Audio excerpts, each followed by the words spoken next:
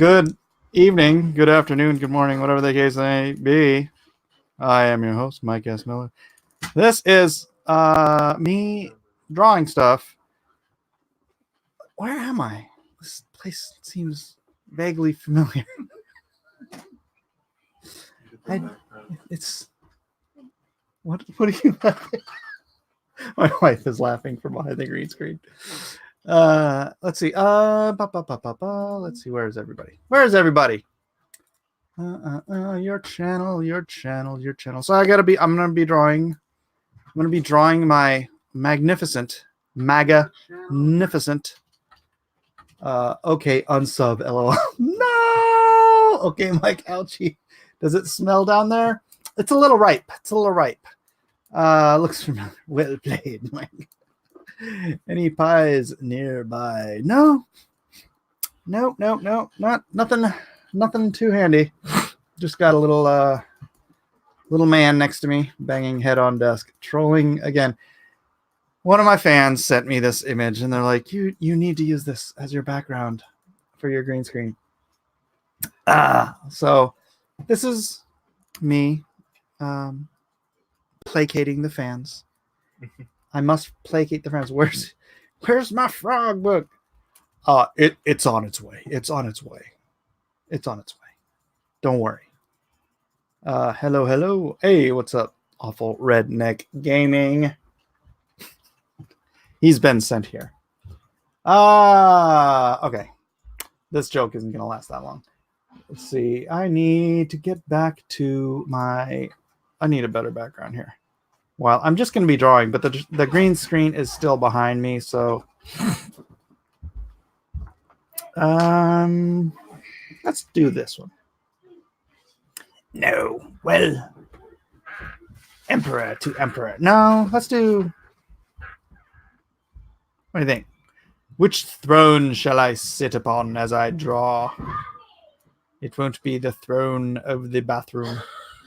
I sit on the Starship Enterprise, although that's not the one with the correct. This one kind of works with the chairs, although man, I hate the way it's like weirding the weirding way. Oh, look, I'm weirding. I can just do this. All right. Micah still has his green shirt on, so. All right, there we go. There we are. Hail Caesar salad. Drawing. Leave me alone. All right. 20 watching now. I'm going to be drawing. So, what am I doing? I keep forgetting what I'm actually doing here. Sharing my other screen. So, what do you think? This way or this way?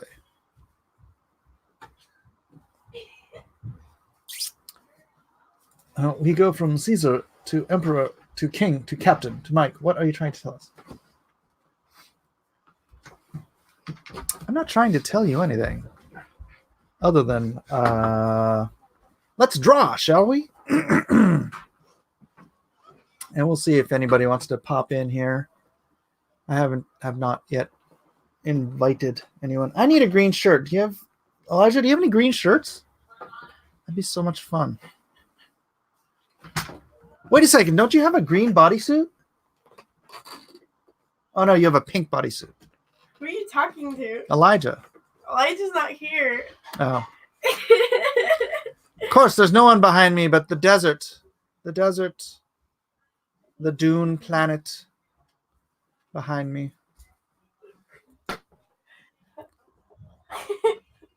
What are you trying to do? How do you get in there? Oh, I can see your little hand. Like a little Jabba the Hutt hand popping up to you. Jabba the Hutt hand? Ooh, is that the famous Pay Eden? It is. There she is. Look, she's just walked all the way across the desert. And appeared out of nowhere. Like I have to stop sharing my screen. Everybody wants to be in the... Hey, look, it's the legs from that new movie coming out where it's just the dude's legs. One of the blue guys. Yeah, the fantasy movie. Elijah has a pink bodysuit. LOL. Yes, something along those lines. It's pink. Eric asks, am I still doing Atomic Family this year? I am hoping to do it this year. I really need to get, I need to re-gauge less of you, more of the art. I know, right? But these guys want to come in. What the hell is that? What in the hell? Oh no! No, what the? I'm being haunted. I'm being haunted. I'm being haunted. Mike. Ah, no. It's PewDiePie's legs. Terrible. Terrible. Terrible. It's PewDiePie's legs. Mm-mm-mm. You should do the weather forecast in San Diego. Okay, I'm back. Oh, that'd be awesome. Just put a weather map behind me. You'd rather be in a boiling hot desert than in the cold Canada climate. I don't know. I should do some drawing though. But yeah, okay. So I need to evaluate after my next Lone Star.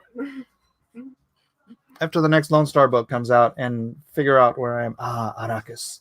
Lovely, sunny Arrakis. That is correct. That is correct. All right. More art, less fart. Share screen. Sharing the screen. All right. Now Eden is leaving. Mommy. Bitcoin tracking in the background. I can't do animations. That's the kind of thing that kind of sucks about it. I wanted to do animation, but oh well, we'll just talk to Eden while you draw. Eden, you want to handle the chat? What we I'm do. studying for finals. She's studying for finals. Jeez, P Money. How dare you? Comics Exposed. Where is the second Lone Star book that I've paid for? Actually, I haven't even checked my mail today. Let me see if I got any colors in today. No, that's not right. I mean, I have checked my mail today. I haven't checked it recently, though. No. No, Oh, yeah, I have that's not fine. got any updates That's far. on the coloring. And trust me, I'm as irritated as you are. I need to get this fulfilled because every month I don't, it's costing me money. So, also, why are you drawing a political comic when myself and many others have expressed great interest in your other ideas like Godsword You already and have one, Atomic Mike. Family? Have you not heard the explanation for why I'm doing a political comic? Is this a question in earnest or what? When are you doing the pre-launch for Magnificent 7? Magnificent. Pre-launch, I know, I keep putting that off. I need to get that started. I just wanted to get further along, like maybe get all the art done, and then start working on some covers. And then, I want some color stuff. I want some color stuff in before I do pre-launch. Mike, do you want the new color?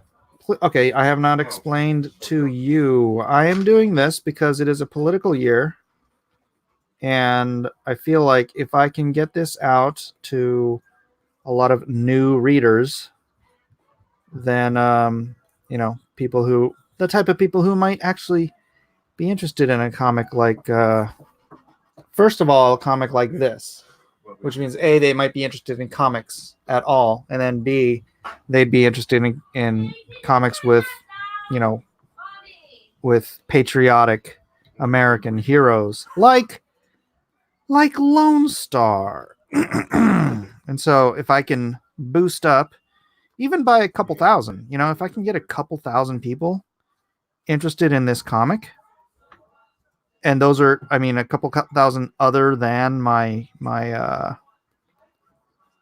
pre-existing fan base for Lone Star, then that will really, really boost sales on Lone Star 3 and Godsword and Atomic Family and anything else that I do. So, let's see. So, it's marketing. It's a marketing thing. Where do I plan to get new readers from, Mike? Well, there are a number. I don't know if you remember last political season. No, maybe it was a little longer than that. Sounds like one of those. There was a comic book called Liberality for All. You remember this book at all? You probably don't, because it wasn't like a big deal in comic shops, but it was a big deal in the fact that it sold crazy numbers. For a comic. So I think it sold 30, 40, 50,000. I can't remember. Each issue was different. But Sean Hannity was on it, G. Gordon Liddy was in it, and they promoted it because they were in it. Right? So with the Magnificent Seven, I don't have 2 pundits. I have 7 pundits, a couple of which I already know are comic book fans. So I'm not expecting you to get 20 or 30,000 people buying this book. But like I said, if I can get 2,000 additional buyers, gosh dang it. Can you close the door or tell them to turn it down? It's crazy loud.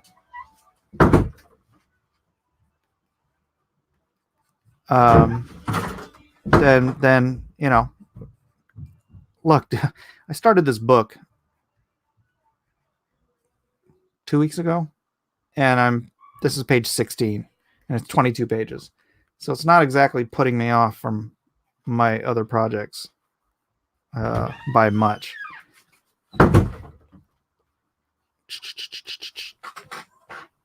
So that's why I don't just do things for no reason. I just don't jump on things on a lark. I have reasons behind my madness. Joke's on you. I legit don't talk drama, Victor. Everyone should sub to Popefire so she can reach her dream of 2 weeks of having 560 subs. Everyone go sub to Popefire, the Starfire goddess. Comics Exposed. Do you plan to get this comic printed and into the hands of the people you have in it to endorse the comic before you try to sell it? Yes, Comics Exposed. That is exactly what I plan to do. I'm going to have digital copies of this made for promotional purposes. And then I'm going to run the campaign. And then the campaign will when I get those orders in, I will print regular print run copies. But, digital copies are so cheap nowadays. If I don't know how many, I don't have to send them to every bloody conservative outlet in America, but I can print 100 digital copies for, $300 or something like that. Then there you go.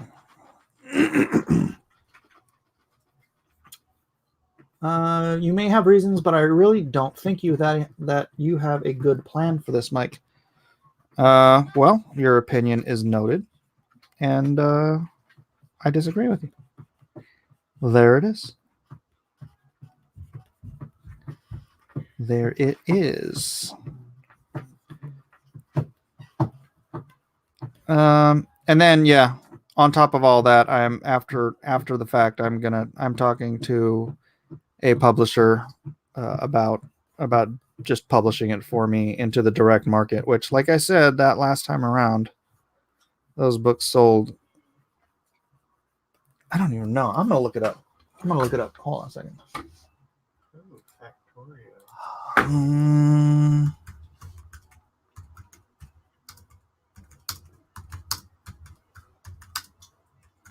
I remember talking to the dude that did Liberality for all those years ago, because I was gonna be doing like a cover or something, but I never got around to it. How do I find numbers on this thing? Mike Mackey, that's the guy. Yes, we can.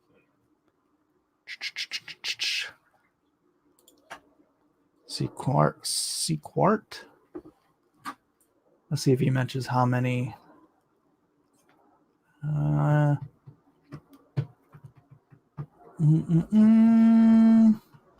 gotta talk to this guy. I haven't talked to him for a while. For years. Mike Mackey and Donnie Lynn.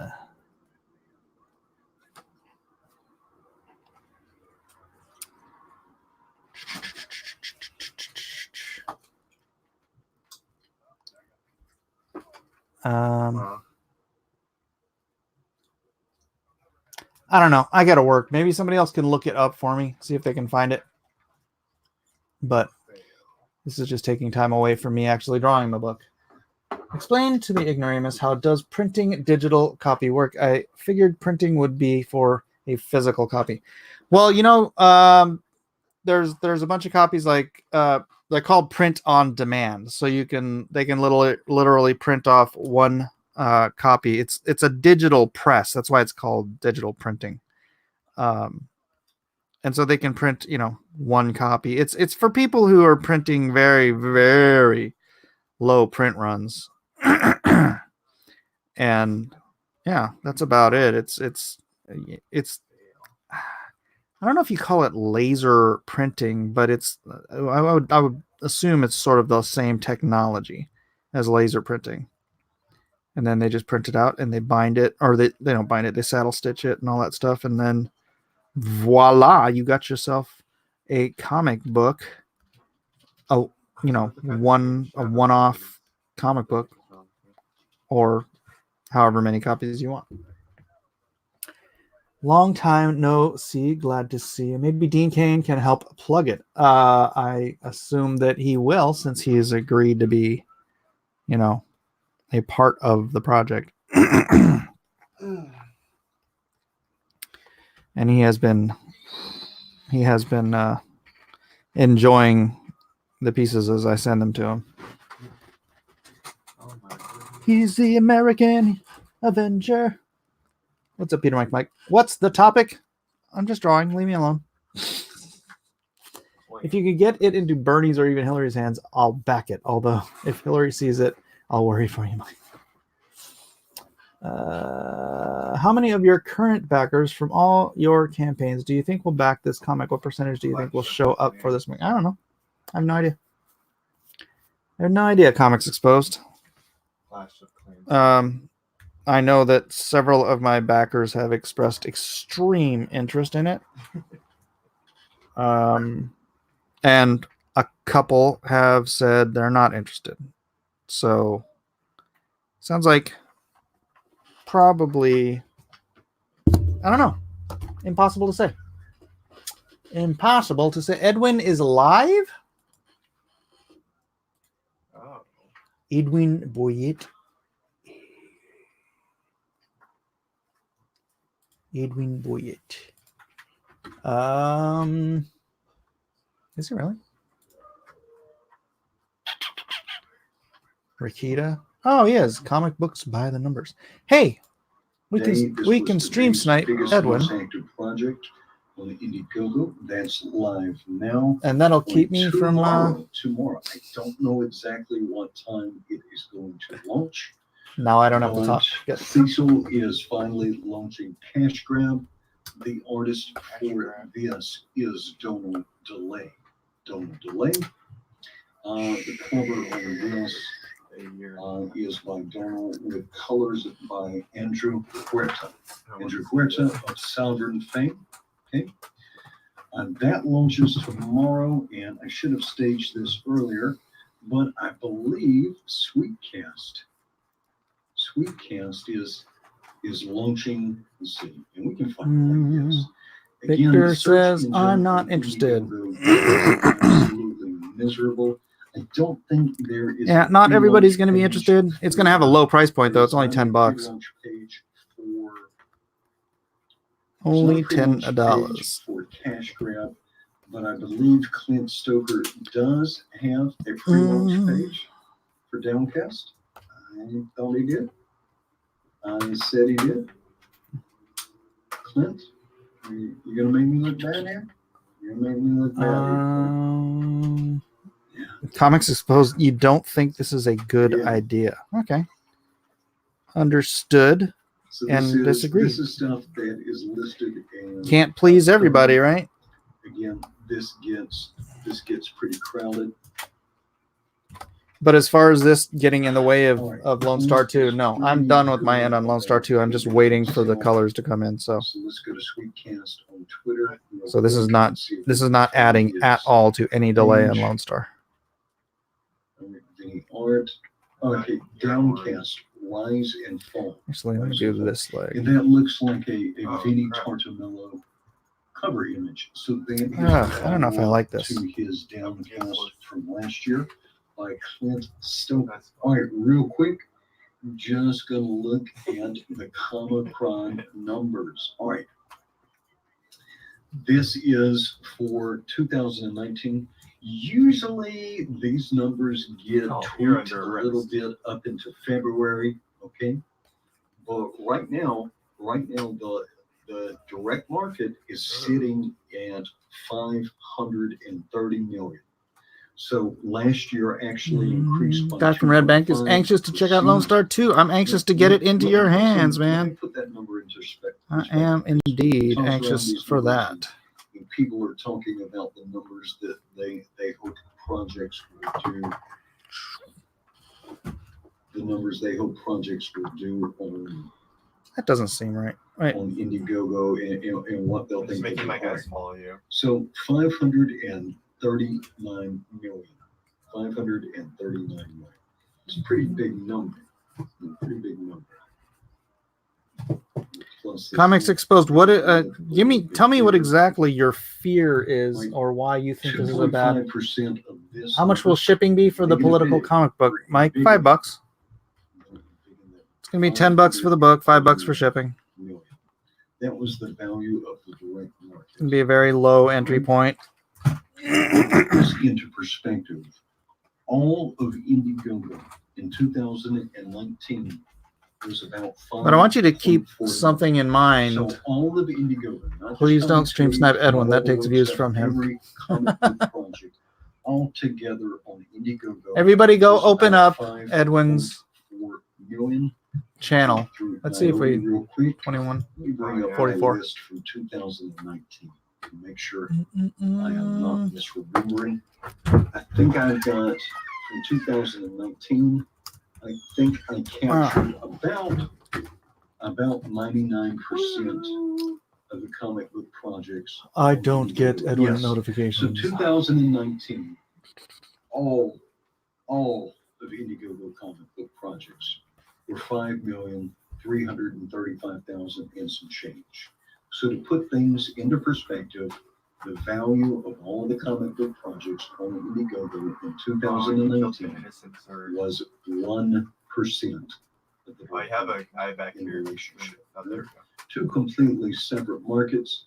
Now, is the direct market going to be able to repeat No. its success from last year?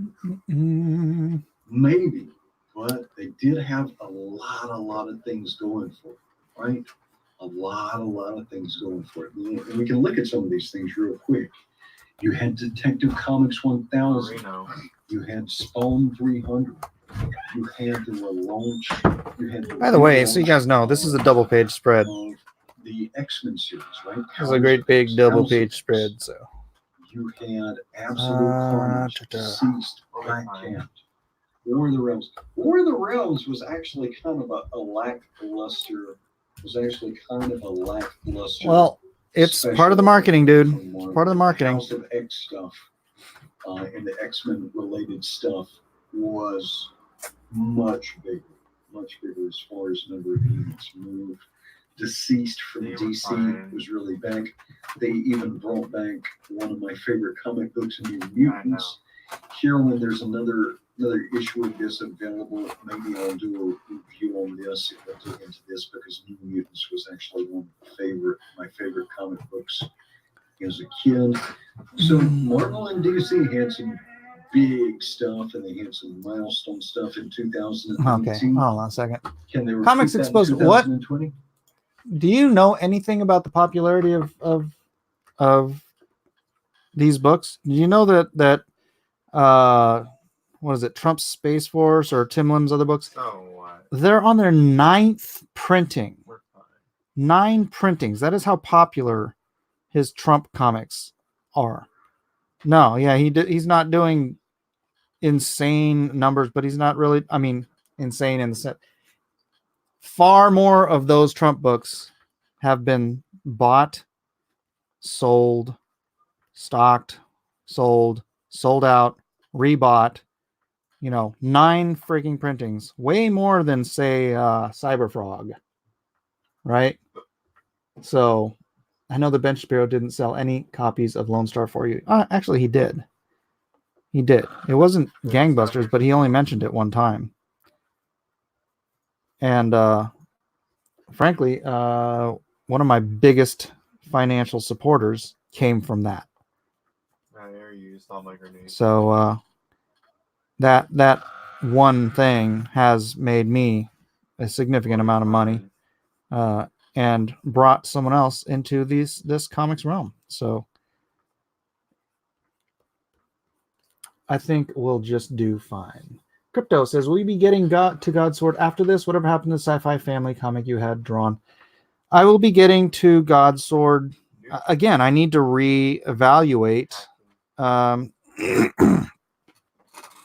have to reevaluate after I do Lone Star 3 to see basically what my base is. Because, after the split, we'll just call it the split. I have to find out what my actual base is of real fans. Because some of the guys that supported 1 and 2 because I was Comicsgate, but have been convinced not to support me. After that, I need to know who's still here, who's not. Right? And I don't want to be diving into my other projects until I know that for certain. So I have to wait until after Lone Star 3 in order to gauge that. And then yeah, it's put me off, but you know what? Such is life. Such is life. That's life. Funny as it seems. What?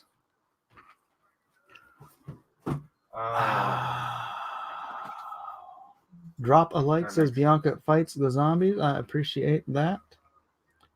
No more name calling on any side, guys. Rebel Comics and Gaming's the zombies. Hello. Did you really say that Lim's book sold more than Cyberfrog? Yes, I did. The marina. Let's go see.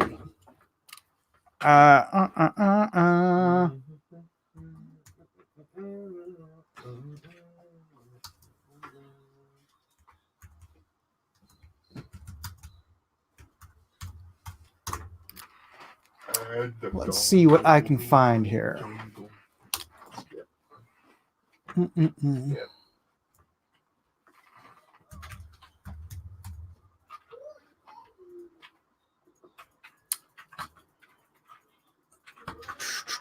That's not one of them.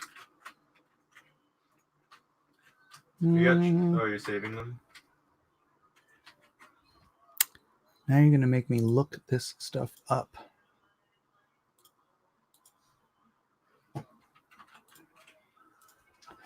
Comics.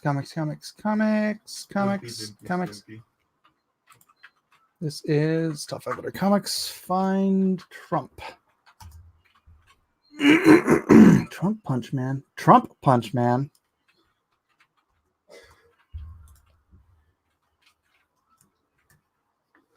Hacking. Trump Space Force, 2,897 copies.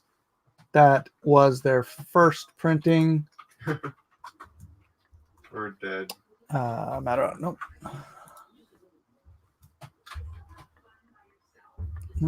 Oh.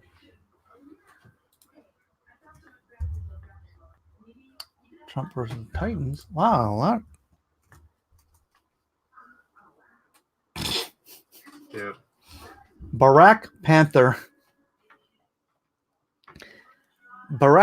versus Tremendous Trump, #1. sold 4,440.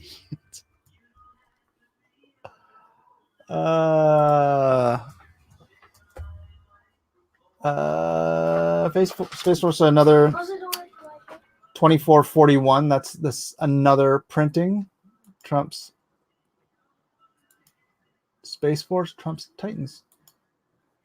Oh no, that's Trump's Titans. All right. I can't find what reprint numbers are, but 9 printings.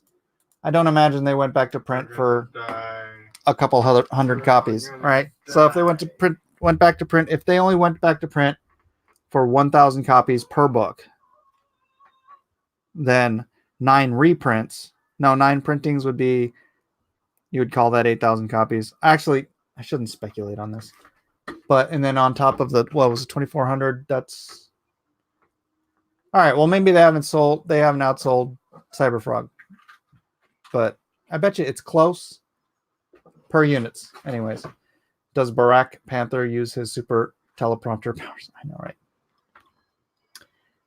Comics Exposed. It's not about.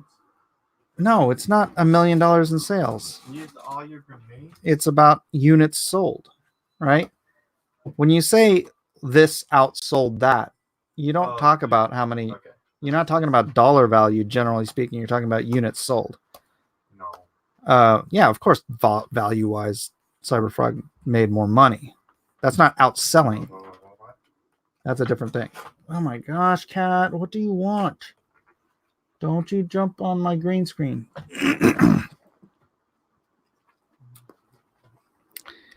Indiegogo is not sales. Really? That's actually, I mean, technically speaking, it's not supposed to be sales, but we all treat it as sales. Wow.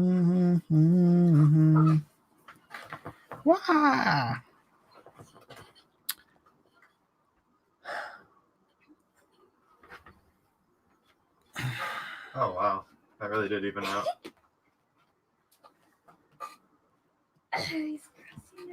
Oh no. What? See, I could. Oh, by the way, yeah, Trump's book, or the Limbs book, 9 printings. I don't think that's going to stop anytime soon. This is going to be a hot political year, and I think Trump comics are going to keep selling and keep selling and keep selling. Hey, get off the... So I don't know. It's only been out for a year, and it's had 9 printings. It'll probably, I'm going to guess, double whatever it's done so far, at a minimum, if I had to speculate. But what do I know? I've only been in this industry for 28 years. Edwin, you want to pop in?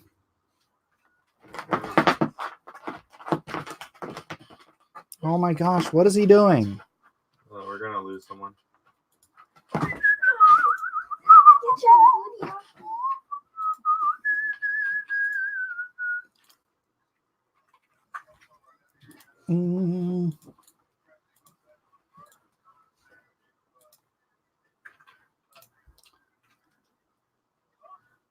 Ooh, Doug is almost at 16,000. Oh, he's over 16,000. Right on. Right on, right on. Get on, get it on. What is Tim Lim selling them through? Diamond Alterna. Yes, and yes, they sell them through Diamond, and they sell them. Oh, not Alterna, Antarctic. Let's just hit and run. Diamond, and then at conventions, Alterna does not Alterna. AP, is it AP? Antarctic, yeah, AP. AP does a lot of conventions, so yeah, not too freaking bad, man. I wouldn't mind having a book that was on its 9th bloody printing. I mean, I would not complain about that at all. Do. Link sent Edwin. Strike while the iron's hot. That is correct. Only 1 minute can heal at a time. buddy.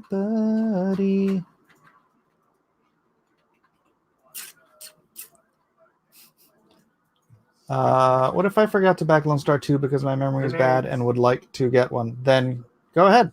It's in the description. Link is in the description, young lady. Link is in the description. Oops. Is that all 7 of them? I've already done all their 1, 2, 3, 4, 5, 6, 7. All right, 7 1/4. All right, now I can do this. Has the board game coming along? Which one? Elijah's?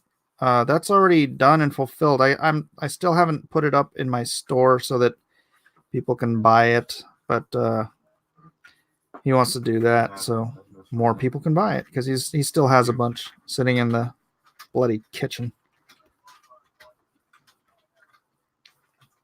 Mm-hmm. Did you lose someone else?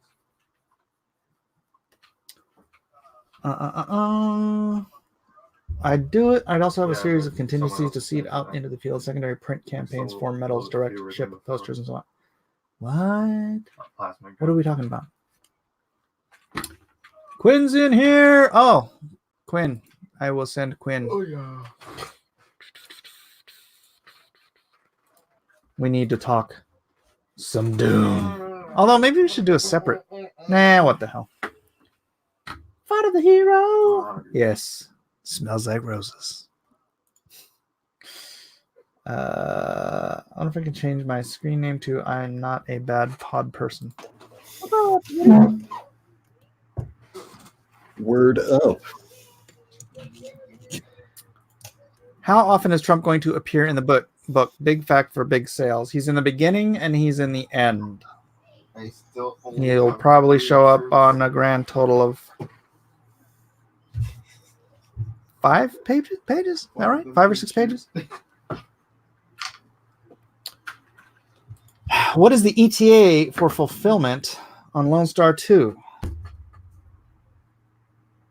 I'm getting a little irritated with my colorist. I won't know until I have the colors in hand. And I don't know what the hell is taking so long. And now you actually sent a couple of pages back for corrections, yeah? Color corrections. I haven't. I'm gonna just do the damn corrections myself because I'm like, just move. I'm like, go. You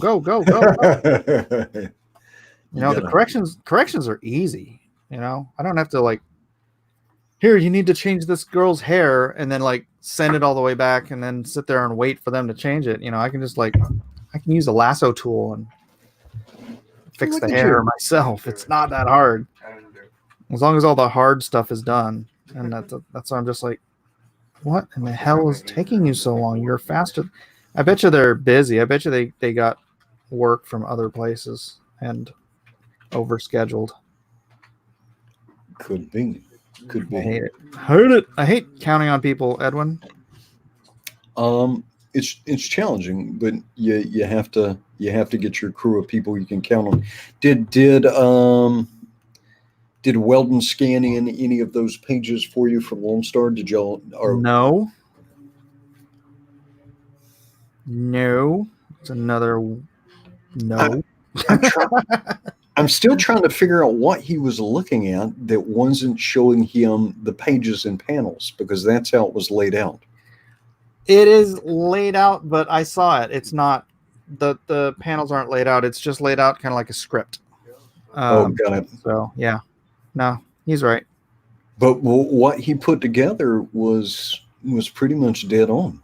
Yeah, I mean, if you can follow the action, then I think you can figure it out. Yeah. That looked. His rough outs looked really good. Yeah, they look great. Everett Todd says Weldon is spacey. Yeah. That's what too much peanut butter will do to a man, and blue hair dye. Yeah, but he's a workhorse, man. Oh yeah. That guy pumps out so much freaking work. It's crazy. Easy. And hey, I mean, he deliberately didn't come to Drawn and Quartered for like one of the few times he hasn't shown up so that he could work on Lone Star. No, that's good ethics. Wait. Go for it. No, go for it. It is good at the. Yeah, there's one thing I did not realize. I did not realize how spacey so many people in this industry were until like the last year and a half, last 2 years, as I started to get to know people and get to know their workflows. Ninja Comics says, Mike, who is the letterer for Lone Star #2? Bill Tortellini. Oh no, it's the Angry Yui. Farmer Dan says, drink Brondo. It's got electrolytes. Well, and also you'll be running like Kenyans. That's like a meme from our era. That's not from what's that movie called?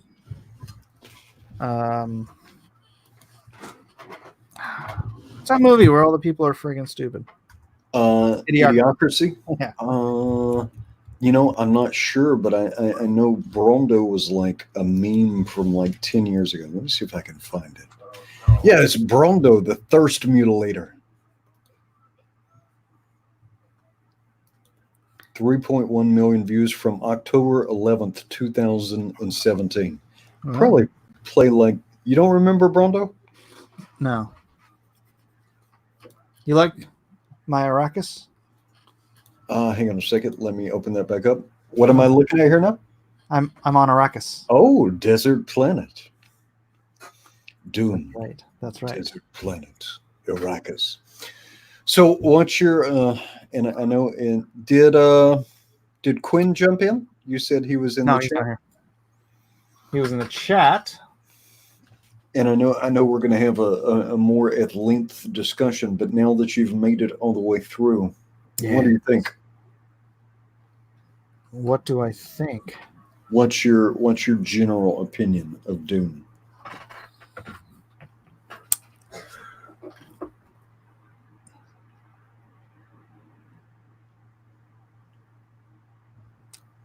It's a good question. And I'm probably pulling you away from drawing and making you think too hard. It makes you think. Yeah. You know? So that's why when you say, what do you think? It makes me think.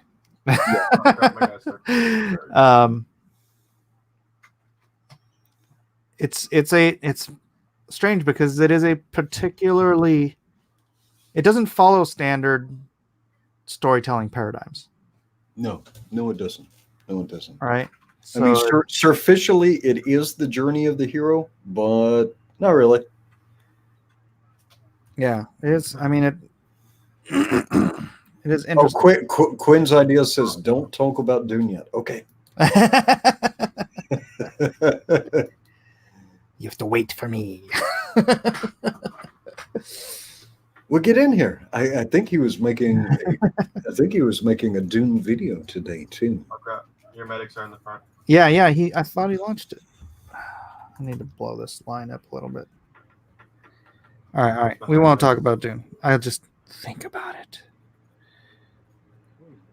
Yeah. So looking at all, I did a quick stream tonight. I kind of by the numbers roundup. Quinn's idea says he needs about a half an hour. Okay. Well, right. I may miss out on that, but because I wake up at dark 30. Oh,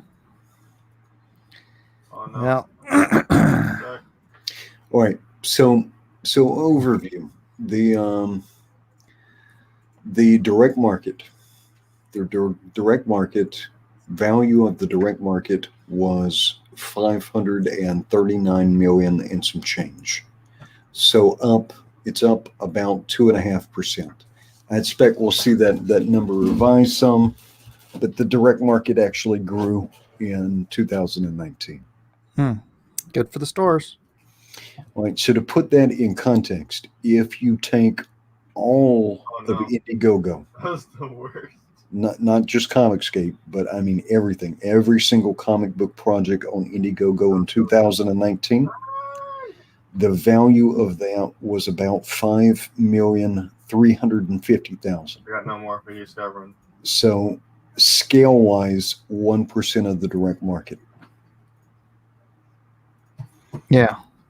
Kickstarter, I'm still quantifying better, but Kickstarter is several times larger than Indiegogo.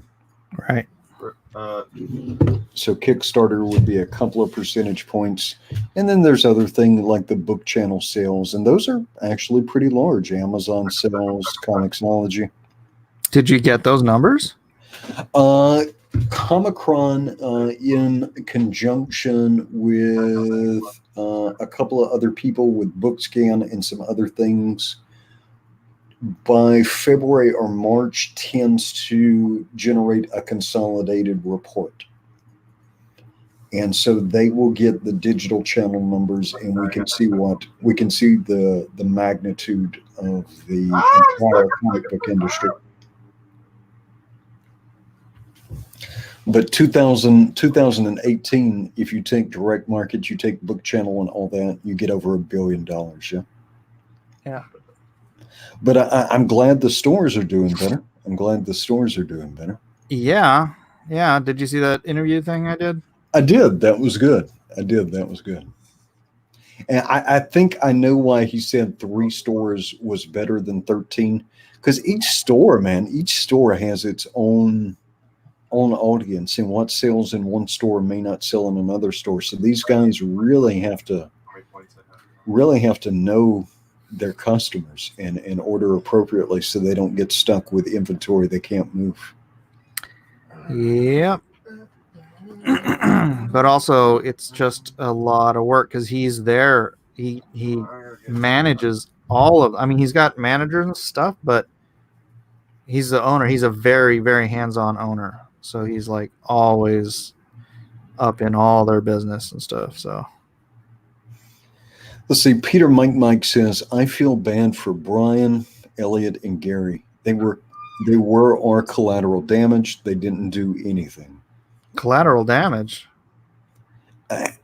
Gary, first of all, Gary never ever got one freaking ounce of support from he who we do not name. So that's not collateral damage. Gary has done everything on his own. Yeah. And he deserves kudos for every bit of success that he's gotten.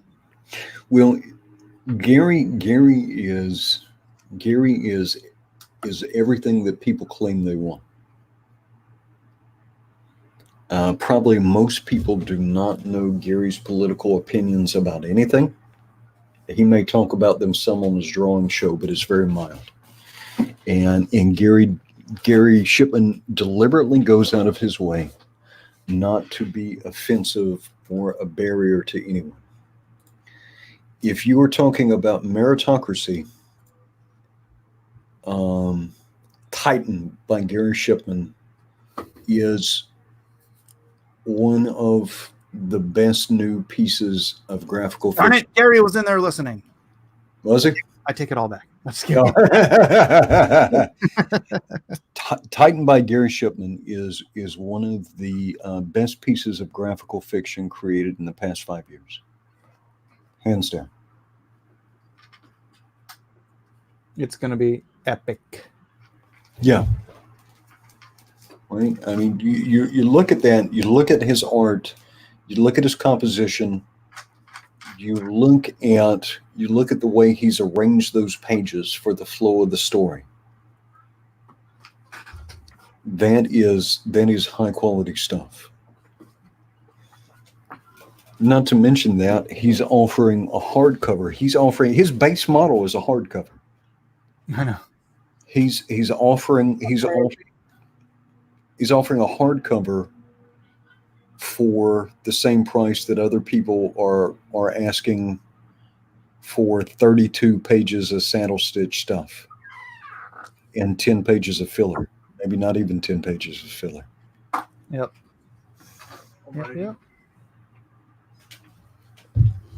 Wilden chills for peanut butter.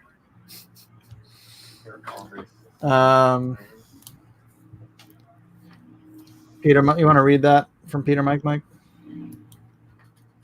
Peter Mike says, Edwin, I was referring to collateral damage as not receiving the support others did just because they stood on their principles and friendship, not bowing to the money factor. Yeah.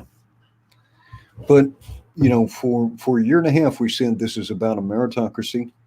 It is about the storytelling, the artwork, and the professionalism of the artist. Oh, no. Well, Gary maxes out all of those. Now, is Gary a high-flying, zany YouTube entertainer? No, he's not. Yes, he is. But are you? Is it? Saying Gary is not zany. Come on. Is it YouTube Gate or is it Comics Gate? What are you here for? If you're looking for some amazing graphical fiction that's going to stand the test of time, go jump on Titan. Or you could go shoot some super chats, or you can do both. I'm sure Mike will be happy to take your super chats. You could super chat Mike saying, "I'm going to back Titan right now." I do not turn them down, No. so don't beg. Yeah. I do understand what you're saying, though. I mean, there's a certain ramifications to the split, and hey, I got some of the kids in the divorce, and mom got some of the kids in the divorce. So, well, and here's the thing, though. The thing is, to me, it's what's sad is that some of the kids want to come stay at dad's house, but they're afraid of ramifications. Yeah. Now, if you want to go over to mom's house, and she's got Uncle Daddy over there, and he's got 5 of his friends, and they're all drinking whiskey and stuff. Don't say I really like the environment, but it's okay. You can go to mom's house. We won't hold it against you. That's right. Doesn't bother me none. None at all. It doesn't take anything away.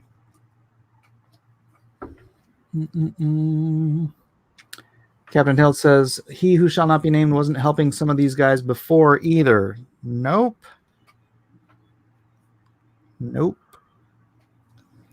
But I don't know.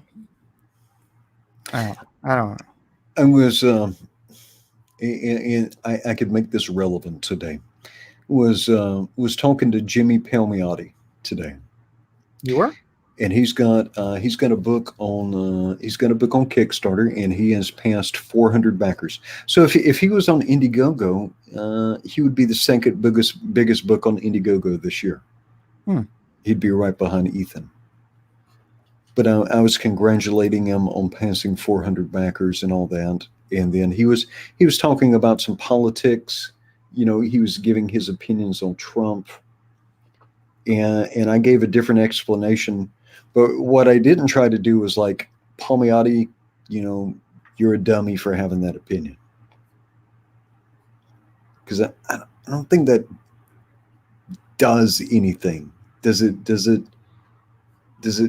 shift anybody's ideas? Does it open that dialogue, or are you just going to say, "Yep, you're a dummy because you're voting wrong"? No.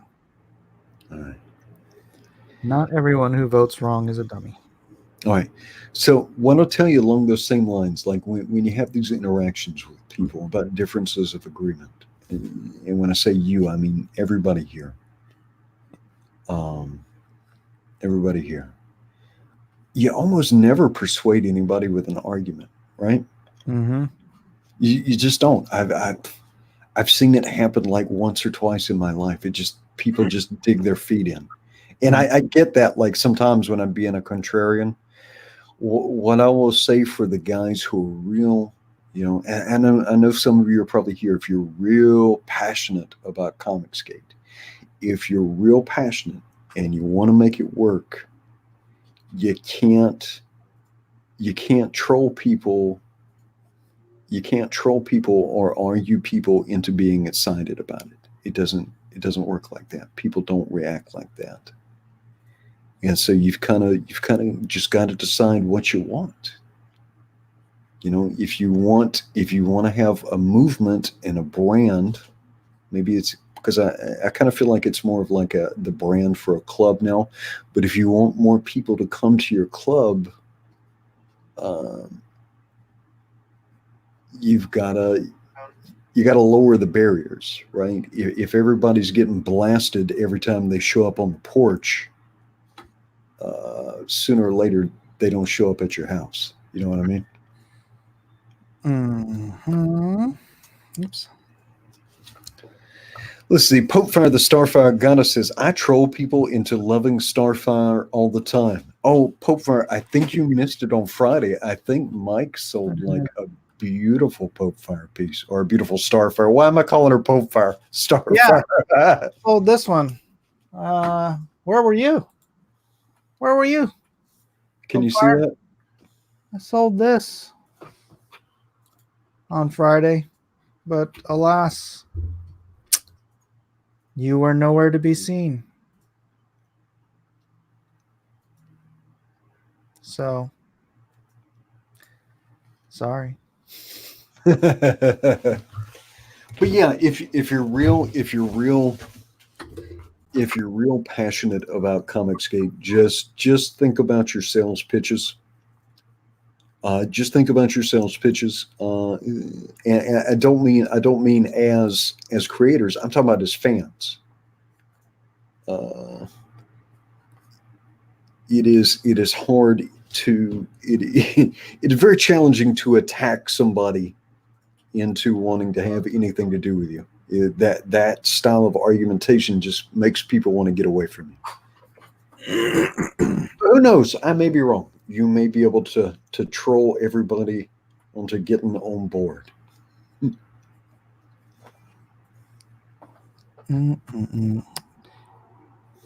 Yeah, it's a non-issue. Yeah.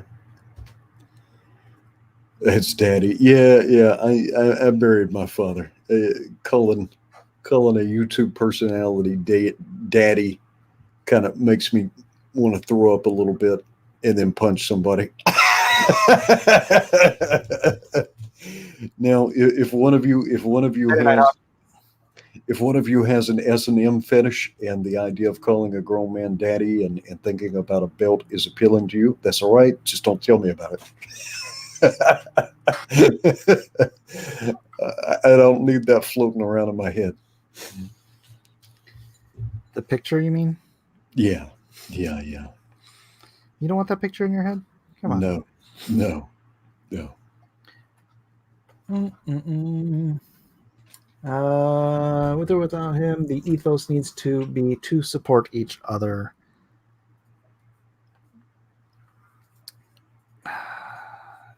Yeah. Elzabar says, okay, daddy. Oh, no. No, Elzabar, no.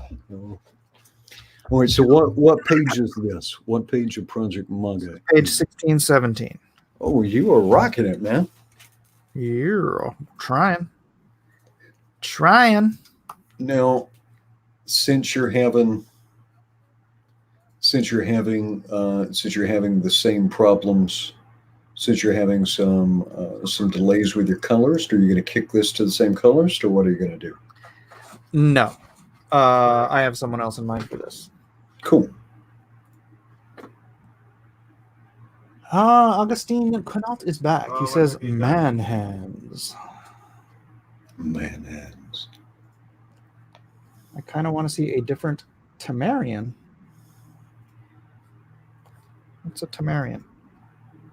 Spell it again. Let's see. Where is that? Everett Todd. Everton. A Tamarian.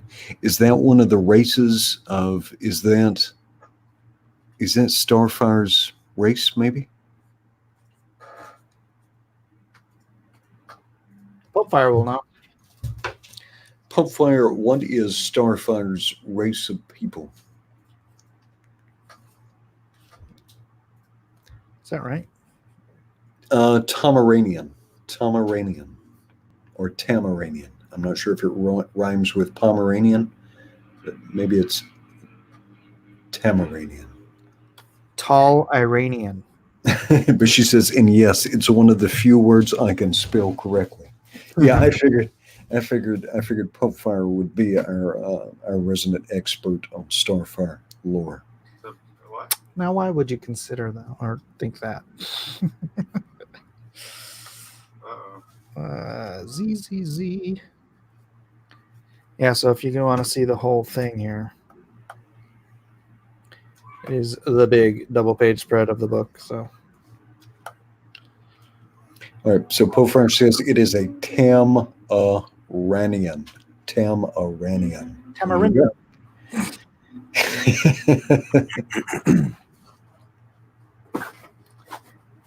Bum, bum, bum. You're comparing apples to oranges, startups a year out to mature market that has been out for decades.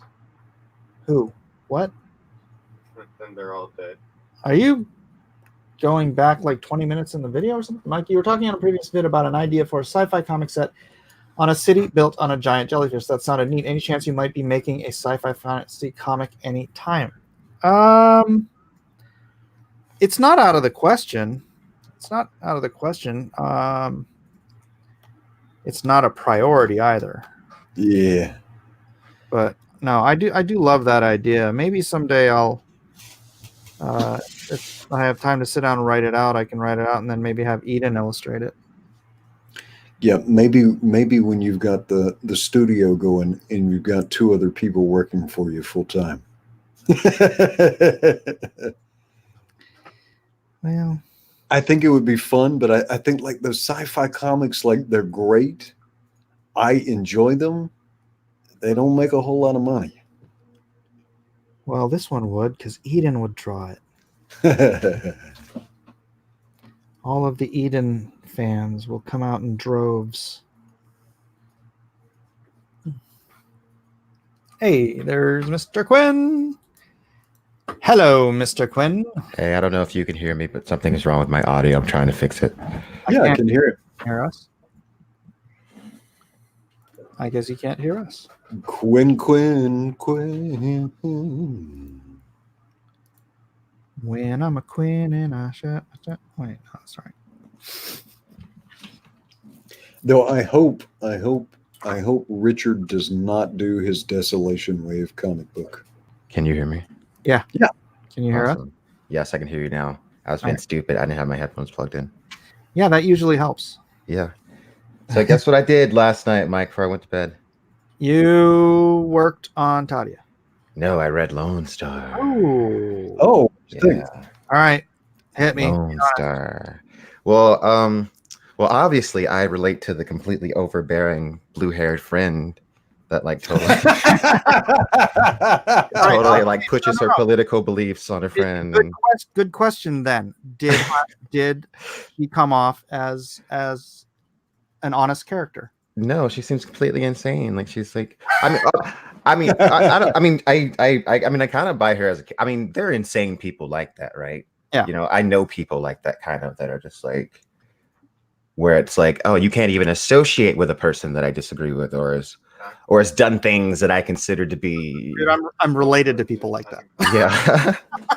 Because she comes across, the character is very judgmental, and I'm just like, I hate you. I don't know. Oh, there we go. But I will say, I'm the vampire characters, especially that main guy. I don't hate him. I like the main villain, long-haired guy. And honestly, you guys just went in there and like murdered that like little vampire girl, and that was like not okay.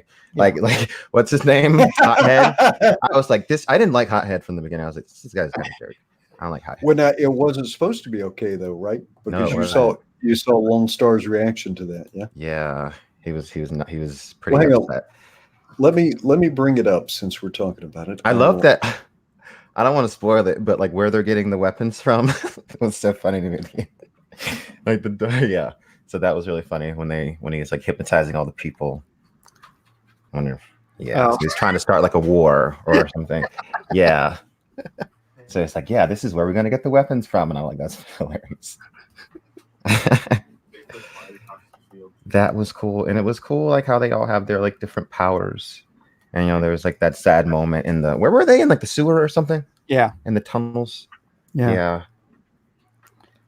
Yeah. So like the character, what was his name? Brando. He had an interesting power. It was almost like a Professor X thing. Almost he can.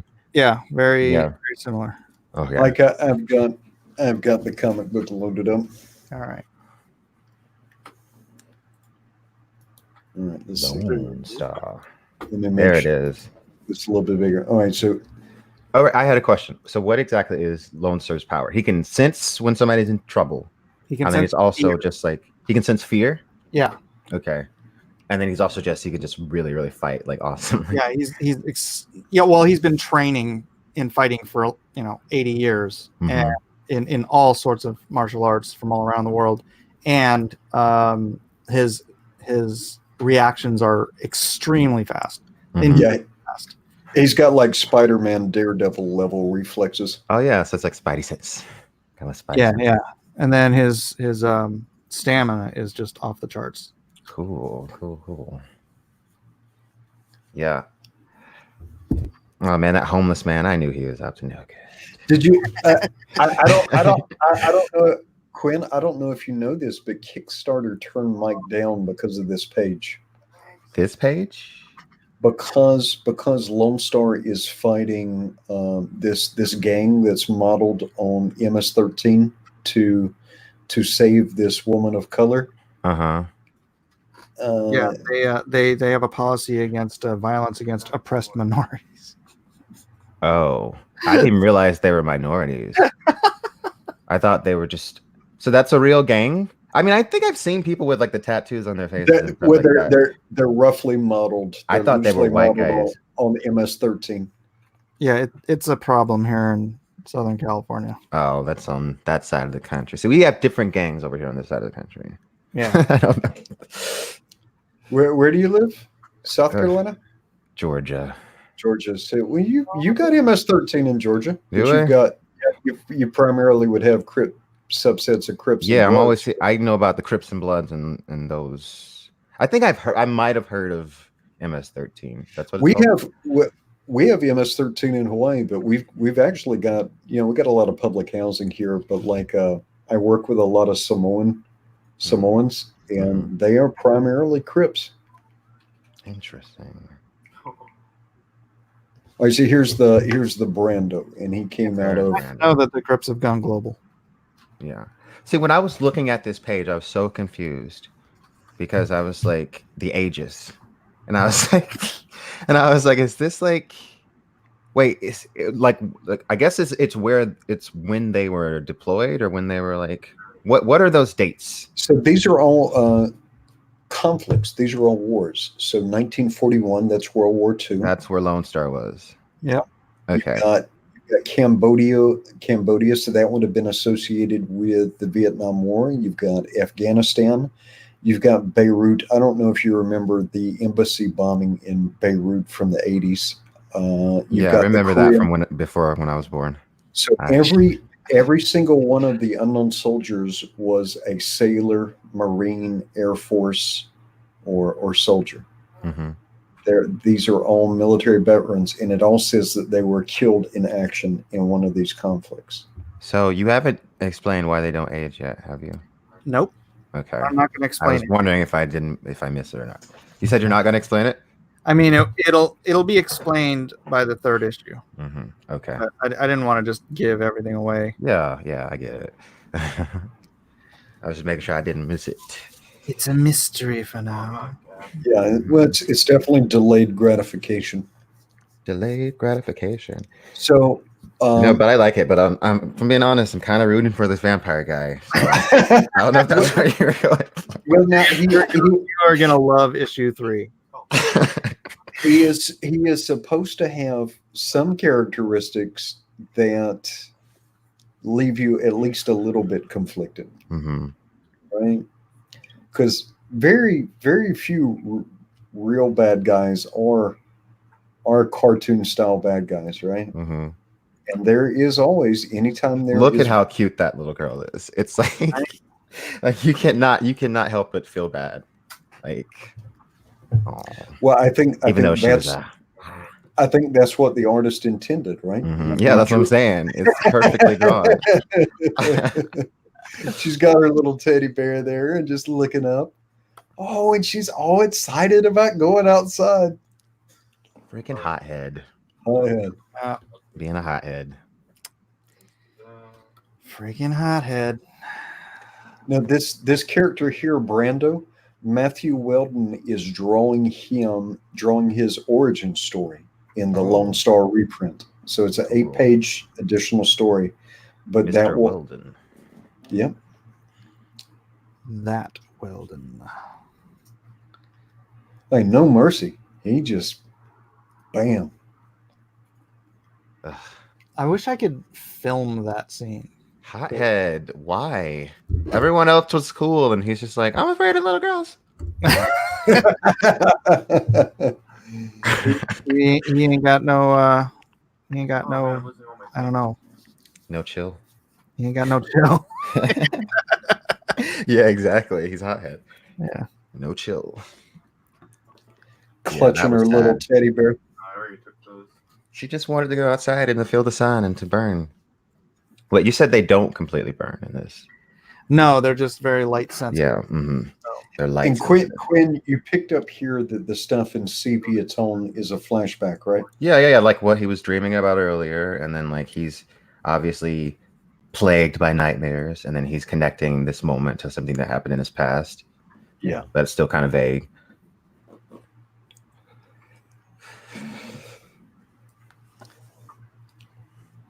And this is Pastor.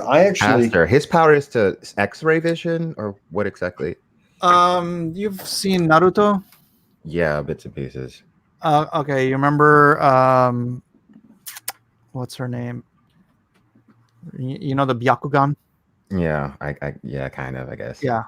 It's kind of like that. He's got multiple visual sensory Okay. sort of. So he's almost like Jordy, almost. But Jordy couldn't X-ray.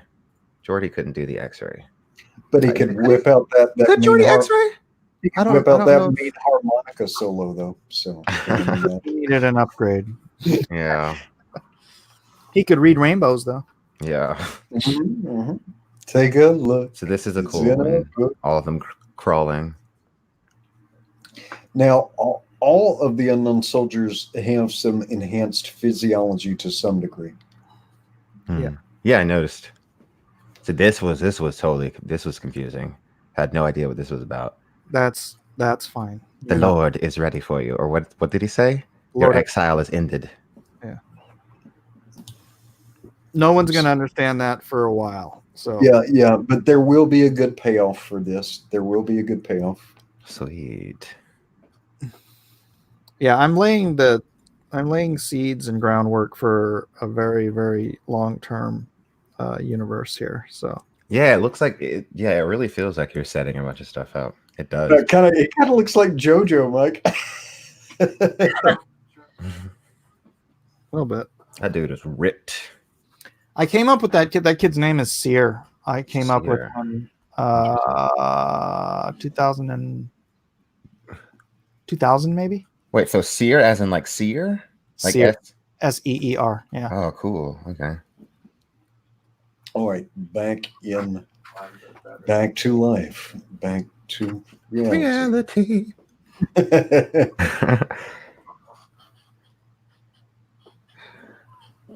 Freaking vampires, I'm man. gonna look like that when I grow up. No. The problem is when you grow up, they stop looking like that. All right, and so there's your Crazy tunnel scene emphasizing the dead child. Yeah. Oddly, that's one of my favorite panels in the book. Mhm.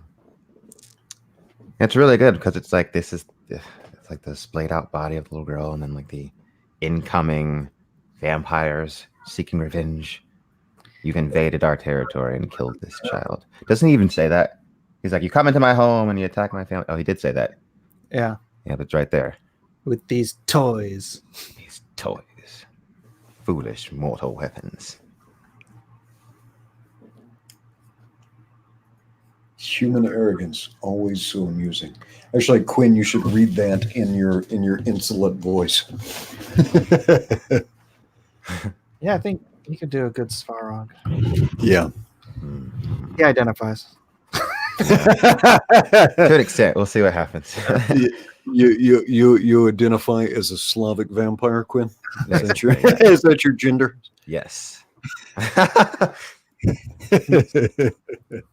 Svarog is actually 800 years old. Yes. Almost as old as me. We can dance if you want to. We can dance across the land. Because your friends don't dance, and if they don't dance, No fun. I used to have that on a single cassette single. Jesus, I know. is that like 1920? Cassette. What is a cassette? Is that like Betamax? Lone Star got kicked in the nuts. Yeah, That it's mean. something you don't see enough in comics, which Yeah. would really happen in real life with Uh-huh. people who are fighting for their lives. You know, it's like, not Yeah.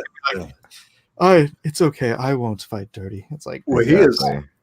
Yeah. His testicles have been relocated to his chest cavity there. I mean, his knee is up in his abdomen the hard way. That is yeah, like I have the little folds in his pants up there. It's just like the pain. the pain. Freaking humans. Humans, you go where you are not invited. You kill children. Who is the monster here? Ooh.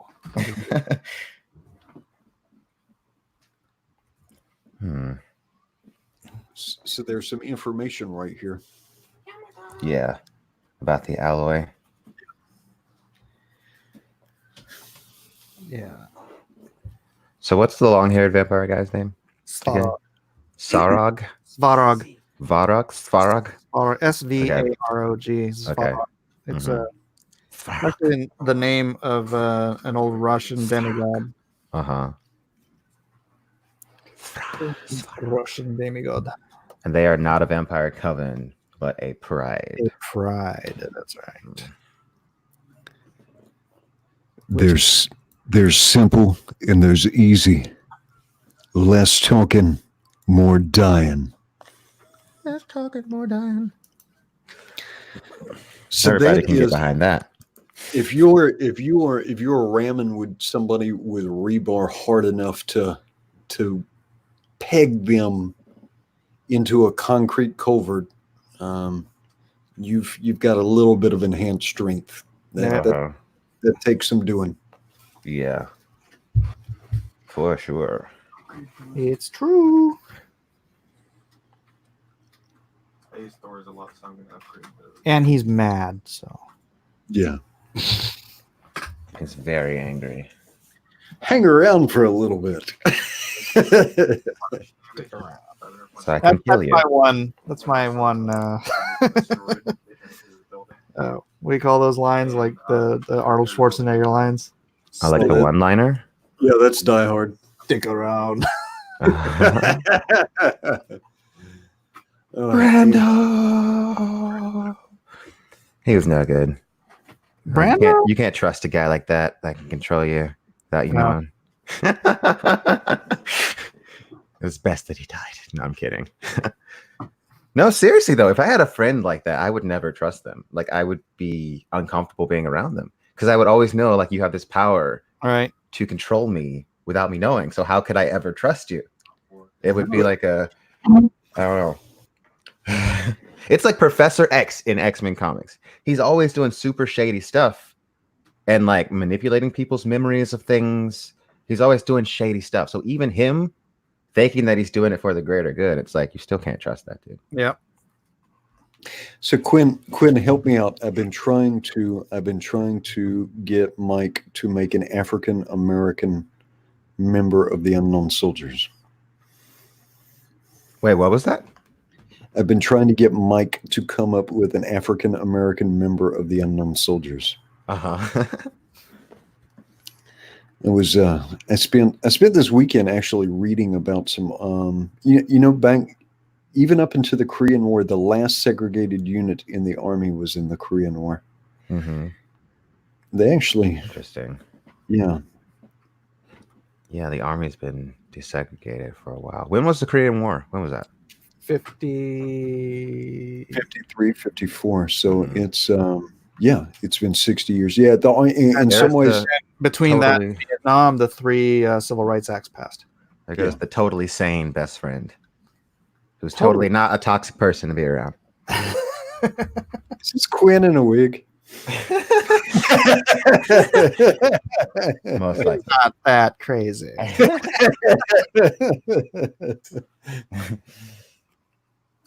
Dude, no, I would never let somebody control my life to that extent. Like, that's crazy. Just like dragging you away from somebody that you're dating. Who are you? Wait. She's like, I'm not your best friend. I'm also your mother. Boy, And what what a I face. say goes. She's just trying to protect her friend, Quinn. Can't you? I guess, but like, your friend is also an adult, and you gotta let adults do what they need to do. And I mean, I think if she had issues, she should have maybe like, come to your friend and you tell her what you think. Don't like grab her on the street and be like, nah, you don't talk to this guy. This guy sucks. No.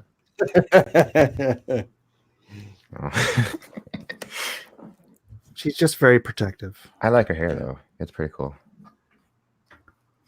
Like blue dreads almost, or like blue twist. Yeah, it's not very realistic, but it's cool. The hair. I've seen people with hair like that before. It's just this, they're just kind of like twists that like go in a. Yeah, but it's like way too thick. Oh, okay.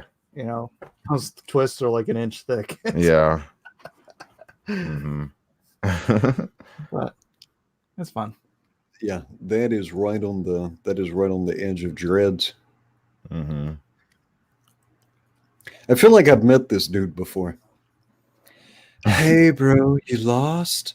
You looking for a meeting? Beat it, hippie. Have you met this fellow before, Quinn? Yeah. See, one time.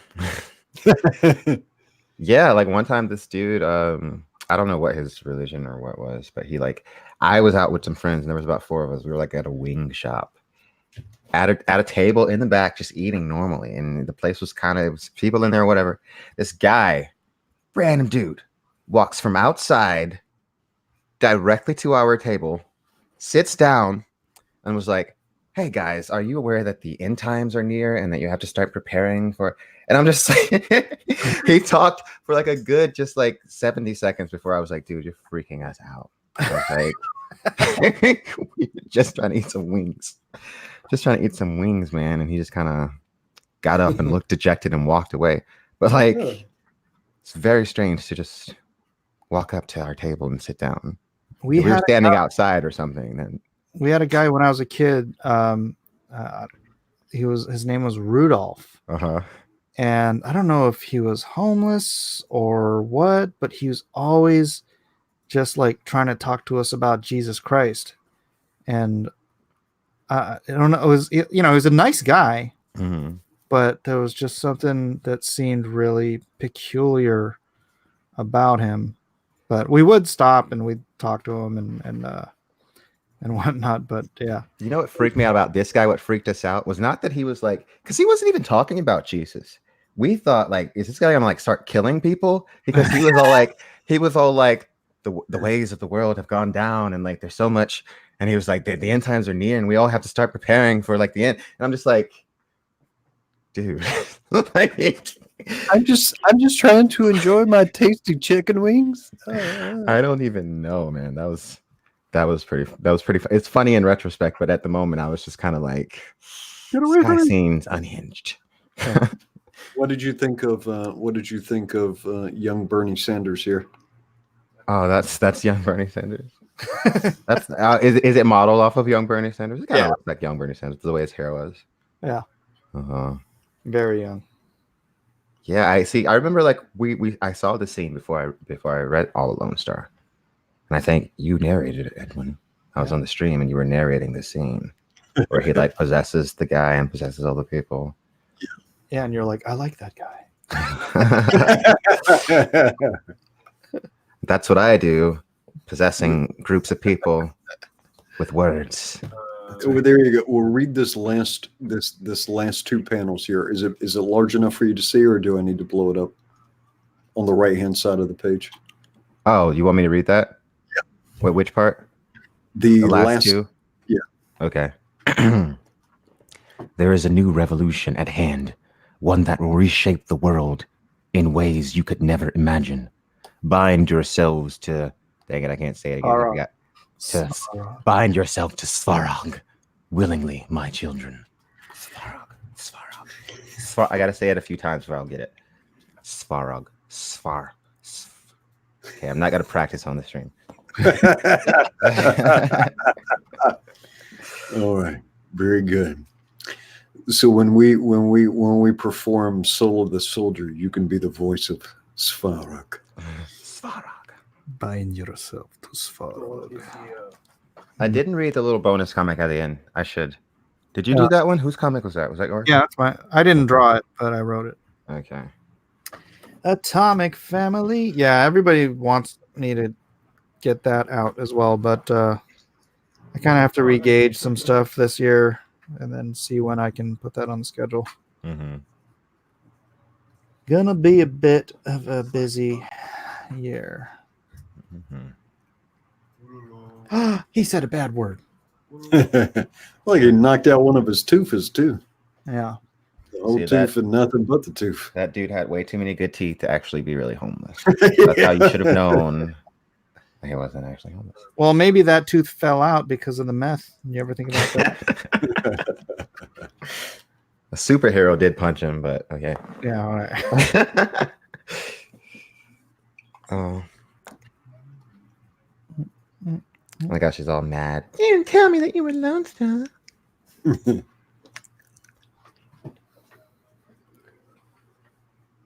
But I need you. I'm one step ahead. I can't remember who it was, but somebody who said their like wife read it and they said Lone Star's a coward. Why? Because he left won't be with her. Oh yeah. Be with her. And like since the beginning, he's been like, "Oh, this isn't gonna last" or whatever. He's been saying that. Yeah. There you go. Maybe he feels like he doesn't deserve love. Maybe. Or maybe he feels like it's too dangerous because one day he might just die and leave somebody behind and he doesn't want to do it. I don't know. See, you get it. You get it all. And Svarog here is getting The ready dark to web. use his bitcoins. I like the sound of that. Da, da, da, You don't know how bad I want to start doing Bitcoin stuff. da. The whole next issue volume is gonna be about Bitcoin. Yep. Svarog invests heavily in Bitcoin. All right, Mike, you might want to put your drawing back up. I took down. All right. Mhm. That's Douglas Ernst. What? What? I don't know what you're talking Svarog, is that Doug Ernst? A Fuzzy Creature says, Mike, you need to have Quinn record the trailer vid. Absolutely. Svarog. about. So, Dune, huh? Dune. Yeah, that movie. The trailer is dropping anytime now, dude. Oh, cool. Well, yeah, I thought you meant it was dropping today. No, it's not dropping today. It's dropping at some point. We don't know why. Apparently people have seen promo footage, and the stuff that people have been saying about it has been really promising. Yeah.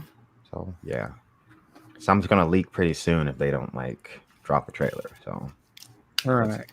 There's a egg laying thing. Yeah, I was like, because I thought you said, you're all, it's gonna drop any second. So I thought you meant today. So I went to YouTube to look it up, and I got suckered into some fake trailer. Oh yeah. Oh, no. I love the fake. No, I don't love them. I hate them. I say love ironically because they're just really annoying. So many fake trailers, and people buy into fake trailers a lot of times. I'm just like, how can you believe this? It's like the other day I saw a fake trailer for The Sims 5, right?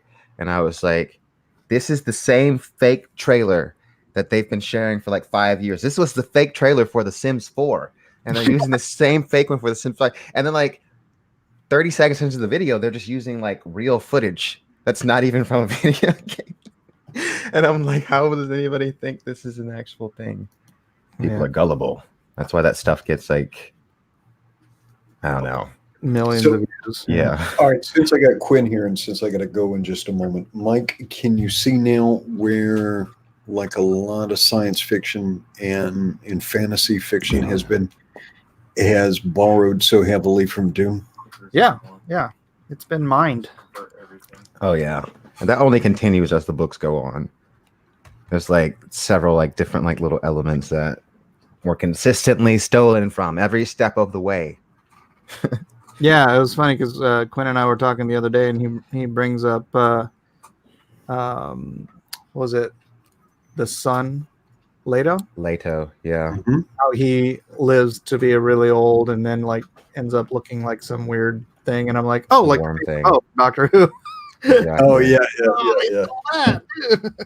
Exactly. Yes. And so in a way, Paul sees what has to happen, but actually dumps it on his kid. Yeah. Oh no. Because like the process to saving humanity is so just like devastating and hard. And by the end of Dune Messiah, Paul is like, I can't deal with this. He was like, I never signed up for this. Like, I feel like all of these things set my life in motion, like the Bene Gesserit sisterhood and us ending up on Arrakis. Like, and he just gives up. And he's like not strong enough to ultimately do what it takes. But Leto steps in and takes up that mantle and says, Father, it is a shame you were never truly Fremen. That's a line from Children of Dune that I love so much. Because it's true. It's true. Paul was never a Fremen, so he could never like truly see Arrakis the way the Fremen saw it and understand what Dune was in the way that someone like Leto could, because he's Chani's son. So not only is he Fremen, he's the purest Fremen, Wait, Leto what? the second. Oh, that's Well, right. Caladan kind of reads like Ireland or Scotland, right? Mm-hmm. Well, Like- Caladan is like a paradise planet where it's just like perfect temperatures, like people are just like lazy and rich, and like everything's just awesome on Caladan. Boy, but they super do the princess dirty. Yeah, they Irulan. do. Mhm. Man. Very Irulan? dirty. Oh yeah, I feel really bad for Irulan, especially in Children of Dune. I'm not Children. Well, in Children as well, but also like Dune Messiah. Like I'm just like, oh, I feel bad for Irulan. Because you see what I meant, that how tragic she is, because she spent her entire life writing about Paul, about this man that never loved her. And there's a huge plot in Dune Messiah about how Irulan wants to bear the royal children. Mhm. She's like, Paul, like, let me bear the royal children. He's like, nope, I'll never have sex with you ever. he's like, well, you can even find a lover and it's fine, but they won't sit the throne. You will not have the royal children. He just won't let her do it. So it's like kind of messed up. And she still loves him, and she ends up, taking care of his children ultimately and raising them. Who do they have playing her and Chani in the new film? So the Princess Irulan has not been announced, but Chani is Zendaya, the singer actress Zendaya. Zendaya. Mm-hmm. Let's see. I could see that. Yeah. Zendaya. She You was in, I want them to. Oh yeah, that works. I don't know anything about her, but as far as the look, she looks good. Yeah. she was in a comic book movie. Which one? I can't remember. I don't know. She's been in a few things. I haven't seen like a lot of the stuff that she's been in though. So Is she Mary Jane? Not Mary Jane. MJ? Was that her? and I think so. Yeah. In Spider-Man. Yeah. Oh I yeah, think that was Spider-Man her. Homecoming. Yeah. Yeah. That was her. Yeah, the girl who played Chani in David Lynch's version was gorgeous too. But this probably What's her face? Sean Young. yeah. Yeah. But a duskier girl, a more mocha girl, probably actually makes more sense for the Fremen. Yeah. Yeah. In Children of Dune, well, in the one the sci-fi series did, I think she was like Latina or something. And I'm not sure what Zendaya is. I think she's like black and something else, maybe, probably. I have no idea, honestly. I'm terrible at like No, I figuring think- out I where think- people came from think based on their they looks. should- yeah, the whole Fremen race should either be Middle Eastern or black. Well, here we go. Yeah, here we go. Her mother was Claire Marie, and her father was Kazimbi That's African. Ajamu. Yeah. Her father's African American. Pure African. Well, I think he was actually born Samuel David Coleman. Oh, but, so he just okay. Yeah. He rejected his slave name. He's actually a white guy. Plot twist. Yeah, No, she's but- very, very pretty. And I really like the fact that both her and Paul look really young because I've always felt like they've always looked too old. Paul is 15 and small for his age. And then Chani is also just like, how old is she? She might be a little bit older or a little bit younger. I can't remember. But about that same age. Yeah, about the same age. Get to destroy your family. But that's kind of part of it, right? That's kind of part because like when he is in that cavern fighting Jamis. Yeah, it's like it's blowing everybody's mind because what they see is this teenager, A tiny little boy, teenager that doesn't even look 15, by the way. yeah, toying. They believe he is toying Playing with him. Yeah. with one of the primary warriors of their tribe. But he's just trying not to kill him because he doesn't want to. So they're like, why is he just toying with him? But Paul, like, this is the first man Paul has ever killed in like combat like that. So it's like he doesn't not taking it lightly. Even though he does kill him with the point and not the edge. Yeah. And he was still moving a little slower because of the shield training. Mm-hmm. Oh yeah. The footwork is different. And this isn't even as so it's like he's moving slower, and this isn't even as good as he actually is. Right. So and see, he's got so many different types of training. So he's been trained in the Bene Gesserit weirding way. He's been trained with Atreides battle techniques. Yes. So, well, yeah, because is it Duncan who actually had like his own sword fighting style? I mean, Duncan is like a weapons master. Duncan was trained by the Gianna Sword School. That's and right. They're like the greatest swords masters in the universe. So yeah, Duncan was a swords master, totally awesome, just like one of the best. Yeah, so essentially Paul has been trained in these disciplines, right? Mm-hmm. Yes. And so he's trained as a Mentat, he's trained as a Bene Gesserit, and his fighting tutors, imagine having like Musashi training you how to fight with swords. Mm-hmm. The greatest of the greatest. Yeah. Giuseppe Balsamo says, why did Mike change his name? Does it mean that Blacklist Universe is dead? And if so, is there a replacement he is planning? No, Blacklist Universe isn't dead. It's just that I saw that that art channels do Blacklist Universe isn't going to mean anything to anyone out there in the YouTube universe. But art channels can have millions and millions of subs. And I know not just changing my name to include the word art in it is going to do all that. But I did, and I do intend on doing more just basic art content and some, specifically designed art videos and tutorials and whatnot. And so that's why the rebranding. Blacklist Universe is the comic book company itself. So that is still in progress. Now I'm not. That's my 10, 15, 20 year plan to always be building up the Blacklist Universe. So no, it's not dead. It's not going away. It's not a replacement. It's just a rebranding of the actual YouTube channel itself. What did you think of the Sook Doctors? That whole idea, Mike. The what? The Sook Doctors. Dr. Yui, and his whole thing was that they are conditioned. They have imperial conditioning, so they can't commit harm. But he was able to break out of his imperial conditioning due to, I think this was like the first example, like one of the only examples that they had in the Empire of someone breaking that imperial conditioning. Yeah, it's very powerful. But because of the Baron threatening his wife, the life of his wife, like the conditioning faltered, and so he betrayed House Atreides. It's an interesting concept, right? Having doctors conditioned against doing harm. Yeah, I mean that's the way they should be, right? Yeah, but it's like they do swear an oath. Yeah, but it's more than that. Here, it's like now you like really can't do harm. So that's why it's so crazy that Yui broke out of that conditioning, and it's also crazy. So hard for Duncan and Howlett to Mhm. believe it.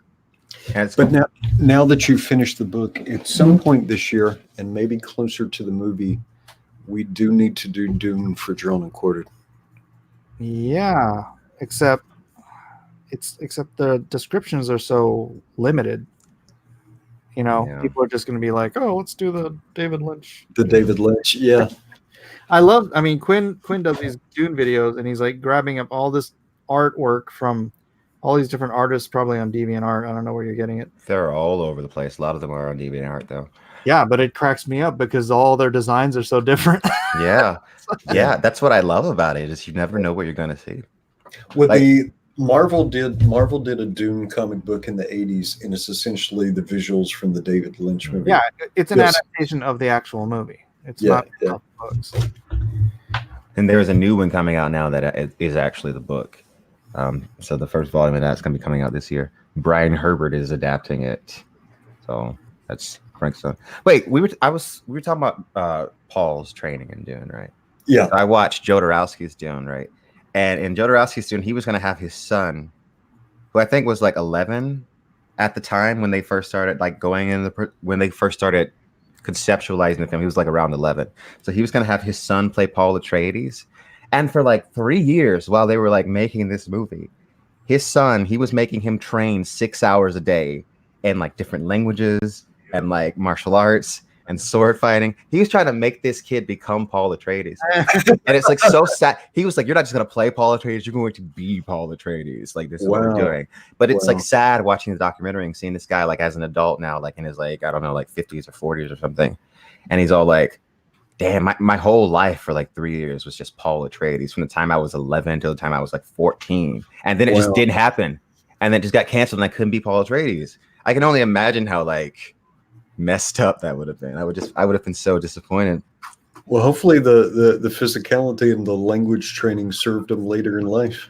Yeah, hopefully. He hasn't taken over the universe. I mean, Jodorowsky's still alive, so. Oh crap, that's an ultimate. Are you Dune? Says Opie Dog. What? Dune. Dune. Desert planet. Muad'Dib. You I are. love if you watch the sci-fi miniseries, the way they say Muad'Dib is so funny. Like in the background, and they'll just show like a crowd in like a CGI background, and you'll just hear Muad'Dib in the background. Like the way they say it, it's so funny. Muad'Dib. Well, they're more likely, at least up until that point, to call him by like that Messiah name. What is that? The Lisan al-Gib or Glib? Lisan al-Gaib, Yeah. the shortener of the way. I think that means. Oh, you don't even have to. Is that what that means? Or the voice from the outer world? I think that's what it means. So Lisan did al-Gaib. the Mike, now that you've made it all through, do the Bene Gesserits kind of like seeding of the prophecies make more sense now? Like the It does, but then that makes me question because at the very like last line History will call us wives. of the appendix. Oh, the appendix. The appendices is that there's a question as to if there is a even higher power, basically as to whether or not there is a higher power who was guiding all of this stuff. Hmm. Right, like the very last sentence of the very last appendice. I would need to go back and read that. Yeah, Well, Dune is not making an argument that there is no higher power. No, I don't even think it's. that's what it was interesting to me is Mhm. because of all the planning and the 90 generations of fudging with people's DNA and all the seeding and all this and all that, and then at the very end, not even in the book, it's in the appendix and it's at the very end, and they're like, Mhm. it's as if something greater. Oh, right. This is moved all of this stuff into place. Mhm. All right, we got a couple of fun ones. Phobic Zeno says, "Do you really want to hurt me?" Kevin Ryan says, "Dune can do nuts now with extra spice." And then Crypto Comics says, "Dune should be 12 hours. That way, no one can complain about what was left out." That's what Jodorowsky wanted to do, man. He wanted to make like a 12-hour movie, and the people were like, "No." Nobody wants to sit through your crazy 12-hour version of Dune. And you know what? The studio was absolutely right, because nobody would have sought through that, and it would have been critically panned, and it would have been viewed as like the greatest waste of money of all time. Yes. Yeah. I'm just saying, man. 12-hour movie. No, I think after work I am going to read some Dune tomorrow. So if Mike's not streaming, I'm going to fire up a Dune stream, and I am going to pick up in the last chapter I left off and read some more Dune. You know, one of my favorite Dune quotes is one that like I thought about a lot after I read it, and I think this is from the first book. I should probably look it up so I can get it exact. It's a quote about like greatness, and, you know, never thinking too highly of yourself or something like that. I like it. Okay, here it is. Greatness is a transitory experience. It should never Greatness is a transitory experience. It is never consistent. It depends in part upon the myth-making imagination of humankind. The person who experiences greatness must have a feeling for the myth that he is in.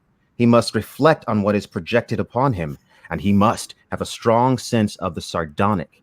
This is what uncouples him from the belief in his own pretensions. The sardonic is all that permits him to move within himself. Without this quality, even occasional greatness will destroy a man. You know, that's about like, okay, so like I relate to that, right? Because I have a YouTube channel, right? And I feel like people are always like, "Oh my God, you're so awesome and smart. I love you so much." But I'm always like, I'm not that smart, like really. I guess I'm kind of smart, but then not really. Did you tell them that you're only occasionally great? Yeah, exactly. I mean, but that's the thing, though. Some people buy into their own myth, right? And they think they're just super awesome all the time. And that's how even because they were great once, Bro, and then we know. Yeah, so that's what I mean. Like occasional greatness can destroy a man. That's why that quote, I thought about that quote a lot, and I think about it a lot because never think that you're just like too awesome. No, that's you know what? I have a thing I've actually gotten in trouble for saying pride is a sin, because in a very real sense, pride is the growth killer. Mm-hmm. That's exactly what you're saying. You just stop and stagnate when you think it's good enough. See, you are smart. You get there before I even say it. Yeah, man. Dune's got that wisdom, guys. Everyone in the chat should read Dune. I would suggest it. That's also an interesting thing, though.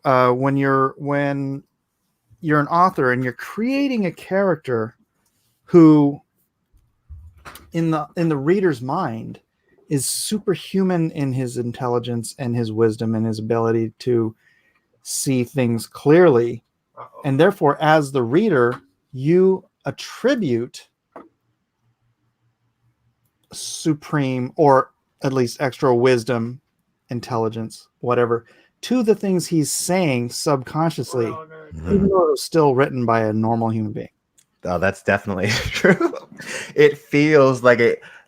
That's even more true reading book 4, God Emperor. Because like, especially, I think also if you're listening to the audiobook too, just Simon Vance's epic voice just like does something else to it too. It just makes it sound even more like convincing. But yeah, like reading that 4th book, right? So you're listening to the wisdom of like a 3,000-year-old being, but really no, it's just Frank Herbert. Yeah, but it still feels like you're listening to the wisdom of like an ancient Frank Herbert, and he was actually on a bender that weekend. He was like, "Yeah, I was wasted when I wrote that line. I don't even know what I was saying." I wrote what? Wow, that's pretty good. Oh, yeah. But I can guarantee you, just based on that line, that Frank Herbert did not buy into his own myth. I feel like he is someone that like looked at it, and I mean that's why his books never got like shitty. Excuse me, they never got crappy and like full of themselves like a lot of authors. Dang it.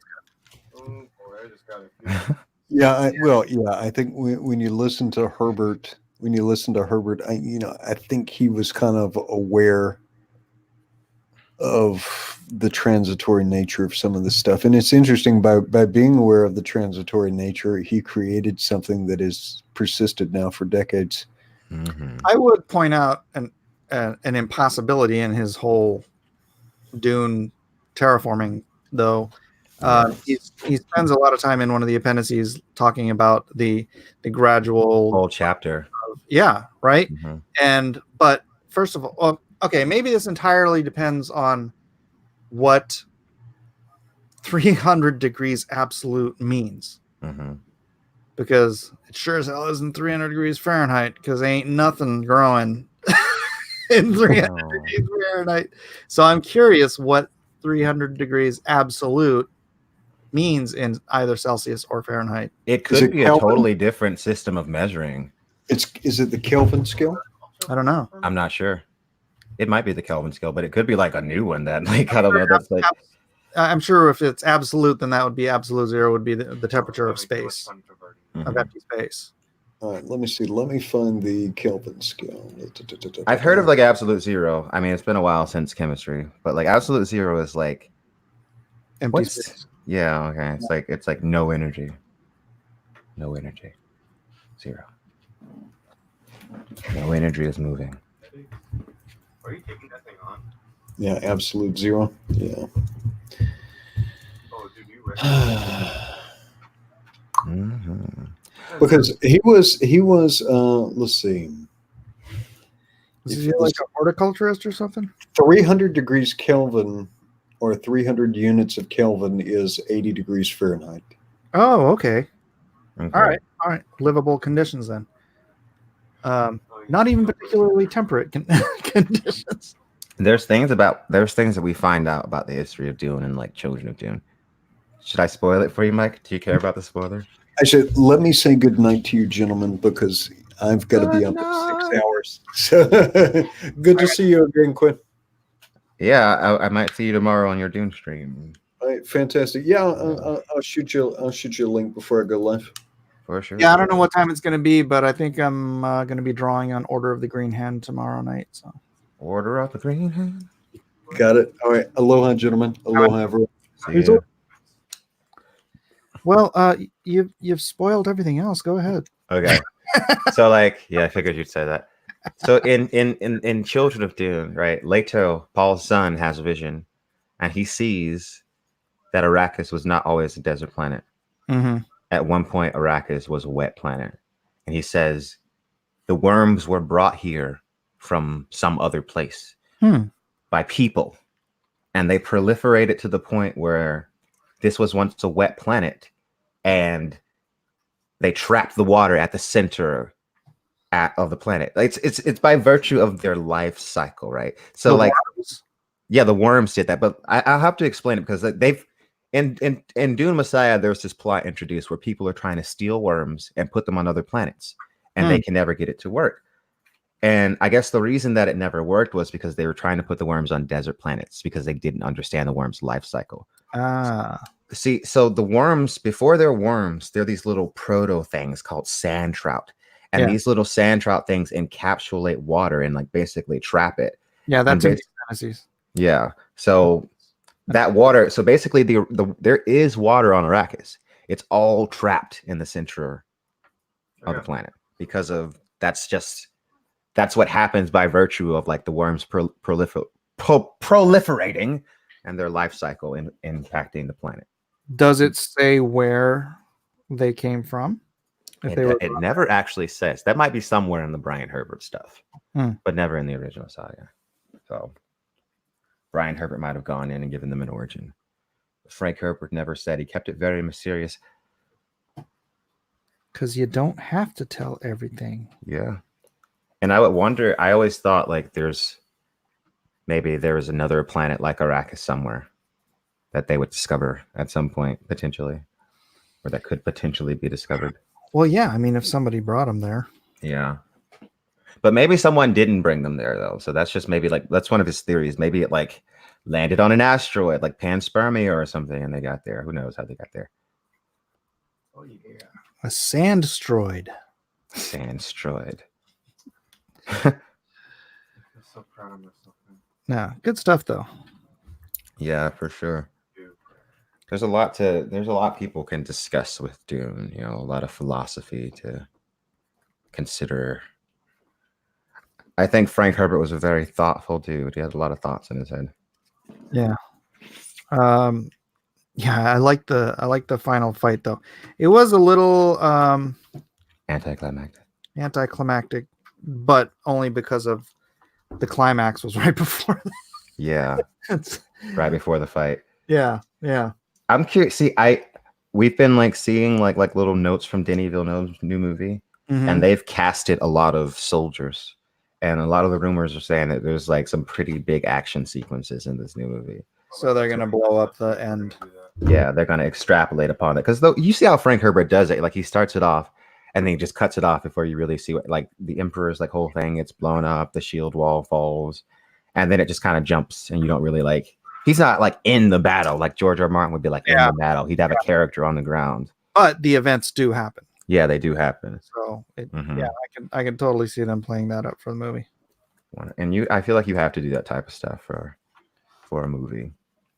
Yeah. And it can be done better now than ever before because the Sci-Fi Channel never had enough money, and then David Lynch was just, I don't know. Honestly, man, I don't even remember how the David Lynch one ends now. It looks bad. Yeah. I know it was like 1984, but like Star Wars was as well. And like the David Lynch ending looks bad, man. Like the green screens are bad, and when they're on the worms, it looks bad, man. Can you imagine what that's gonna look like with awesome new CGI, like them coming out of the storm on the worms? Yeah. That's gonna look sick. That's gonna look incredible. Like me and my green screen on Arrakis. Arrakis. It's not gonna look that good. I don't know about that good. You know, you can't get that level of quality. You know. Were you enjoying my green screen video? Yeah, I popped in and saw some of that when you had like the open brain skull. Like Mike has lost his mind. It was Yeah. fun. Freaking green screen. You got to get a green screen. I should, man. I definitely should to play. I've always wanted to play around with a green screen. Yeah, you can be on. Yeah, let me get back on the. I don't know if you saw all of my different screens, but I can be here. The Enterprise. Correct. Someone says the movie ended with rain on Dune. Yeah, Right. that did happen. Yeah. Frank Herbert hated that. He wanted it taken out, but David Lynch wouldn't. He was like, "Don't put the rain scene in. It doesn't make any sense." Well, if it makes for good Hollywood because it's like, oh, the Messiah would bring the rain. You know, Jodorowsky did a similar thing, except it's like way crazier. Like in Jodorowsky's version, not only does it start raining, like the whole planet like transforms into like a green planet, and like animals appear and trees grow, and then the planet itself becomes conscious, and Paul dies and becomes the planet and goes throughout the universe as the planet, converting all the other planets. It's really bizarre. Like what? It's like at least David Lynch only took a tiny little slither of it. I was like, I'll do the rain, but all the other stuff. I'm not gonna do it. Can't just respect the source. No, according to Jodorowsky, No, I was raping Dune. he was the D of his day. He said I was raping Frank Herbert. I was raping. Did you see that? No. I can do his accent. I can't really do it, but it's funny. I like doing it. But I'm going to tell you exactly what he said because I kind of memorized it because it's so messed up. He's like, it's like if you have the bride on the wedding day. If you respect the woman, you will never have child. If you respect the source material, you will never make a movie. You must open the bride up. You must open the woman up and rape the bride. What? In order to have baby. I was raping Dune. I was raping Frank Herbert. But with love. And that's how he described it. That is Yeah. married. Yeah. I was like, that's not a good metaphor. I was like, this is some really Also not the sort of thing you want to admit to. It's like, yes, I know, like why would you say that? on her wedding. But with love. You must. I'm like, okay, whatever. Yeah, that was a bizarre metaphor. But apparently, like I had like some of his fans defending it in the comment section, trying to explain to me what he meant, and they were all like, "Oh, he's using this. He's using I don't know. It was some kind of. He's using an interpretation of sex as defiling and purifying at the same time. Apparently, that's something that he does in his work, where he's like referring to things of a sexual nature as defiling on one end and also divine on another end. I don't know. So he's like, I don't know. That's the thing that he does apparently. I still don't like the metaphor. No. Huh, interesting. Mm-mm-mm. So I'm on page 15, or no, 16, 17. Oh yeah, Check it out. the Check Ingra hammer. the Ingrahammer dropping the Ingrahammer. That's right. So, yeah. Ingra hammer. The big double page spread. So what's that globine thing called? That's like all the Democrats. But what's its name? The Red Menace. The Red Menace.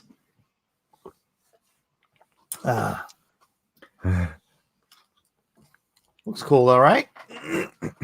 Looks pretty cool, yeah. Creepy Fantastic Four villain. Uh-huh. Let's see.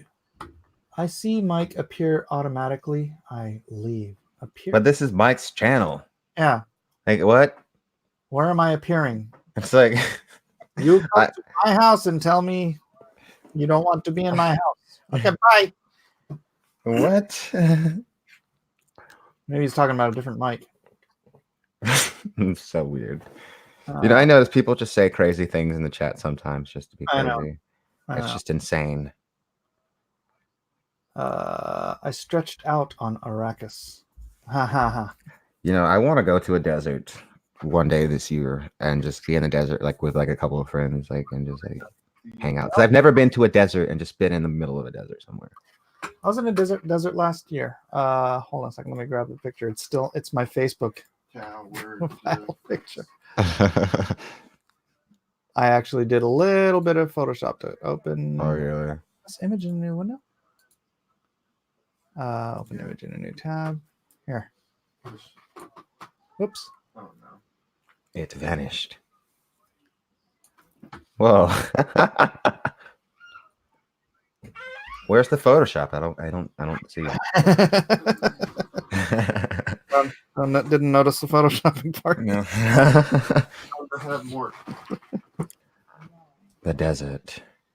Yeah. It's It looks Definitely not. well, apparently Frank Herbert went to the desert and that's what inspired him to write Dune, apparently. Or apparently he was doing an essay or something Oh yeah. on desert ecology. Mm-hmm. And it inspired him. He went to the desert and he like something about the desert inspired the Dune story, and that's where it came from. The world. And he spent like the next 6 or 7 years planning for it. Well, it makes sense. He met God in the desert. Dang it. You see that? He met Atreides. Muad'Dib. He met Muad'Dib in the desert. He had a vision. His prescient sight was unlocked. Intro. Are you allowed to feed them? Five Vespine. Are you allowed to feed what? A fuzzy creature. What? I think he met the Dewbacks. The what? The Dewback, the lizard in the Star Wars thing. Oh yeah. Oh, man, you got just for sake of cultural reference, you have to watch the Star Wars movies. I guess. I feel like I need to watch it with some friends that have like maybe already seen it. Yeah. So it's like I want to watch it alone because I feel like I'm just gonna be like, I'm gonna turn this off. I don't want to watch it. Gotta have someone to make me not turn it off. But maybe I'll really like Star Wars. We'll see. Yeah, well, just watch the original trilogy. Yeah. Pretty much nothing else is worth watching. Someone says not the desert. He was studying the sand beach dunes in the Gold Beach area of Oregon. Yes, you're correct. Oh, really? You are correct. He was like studying like beach dunes and stuff in it. It was Yeah, like Dune. That's cold. I used to live in Portland, and we went out to the beach like once or twice, The and beach is cold. holy cow, yeah. I'm like, why even go here? Ugh. Cold beaches. That sounds depressing. Right? A cold beach. Why can't I draw a straight line? Why can't you draw a straight line? Brush. The Ingra hammer. I just like saying her name. It rolls off the tongue. Ingrahama.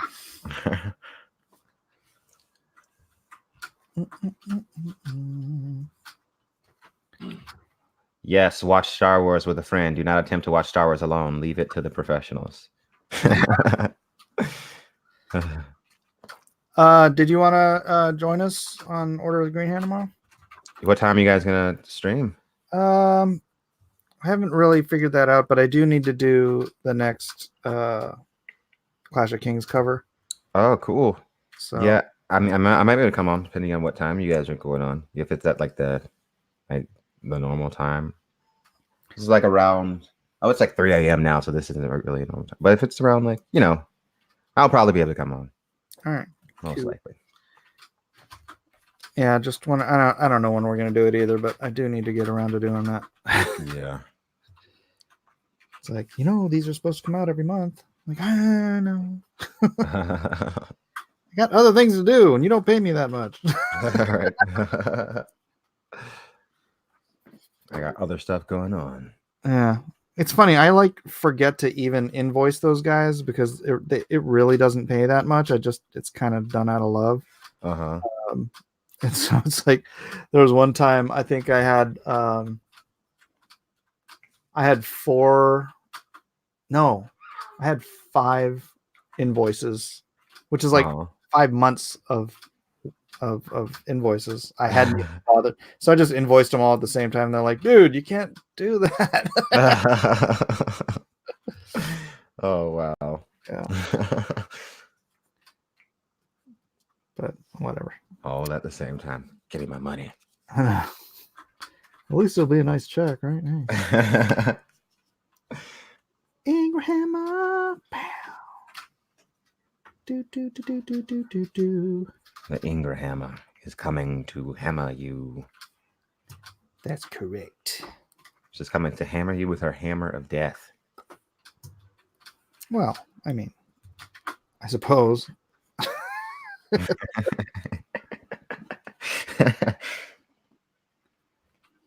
All right. So, any Dune quizzing you can give me?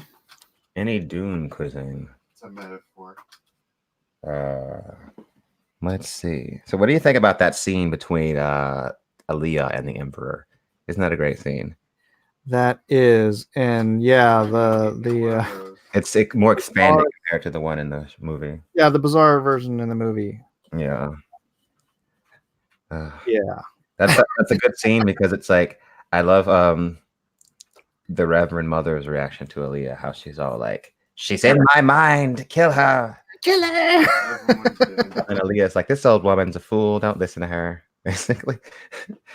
Yeah, and then she goes and she sits on the stairs and just kind of rocks her feet like a little kid, and it's like, yeah. And I like how they're arguing, or like the Emperor's like arguing with the Baron, and then she like keeps interjecting like little random stuff. Yeah. No, that's good, man. That was a good scene. I like how she's like, "Oh, I let myself be captured because I didn't want to tell Paul about that his son died." Yeah, right. Like what? That's so messed up. But his son did die. That's crazy though. Frank Herbert just like totally forgets about that baby. It's like I wish there was like some, oh my God, my son is dead, like sadness, but like you never see any of it. They forget about him. And then even the next Leto is Leto the second. And they didn't even consider that there was a baby named Leto at first. Right, which that's what was confusing me about knowing what the future was. Yeah.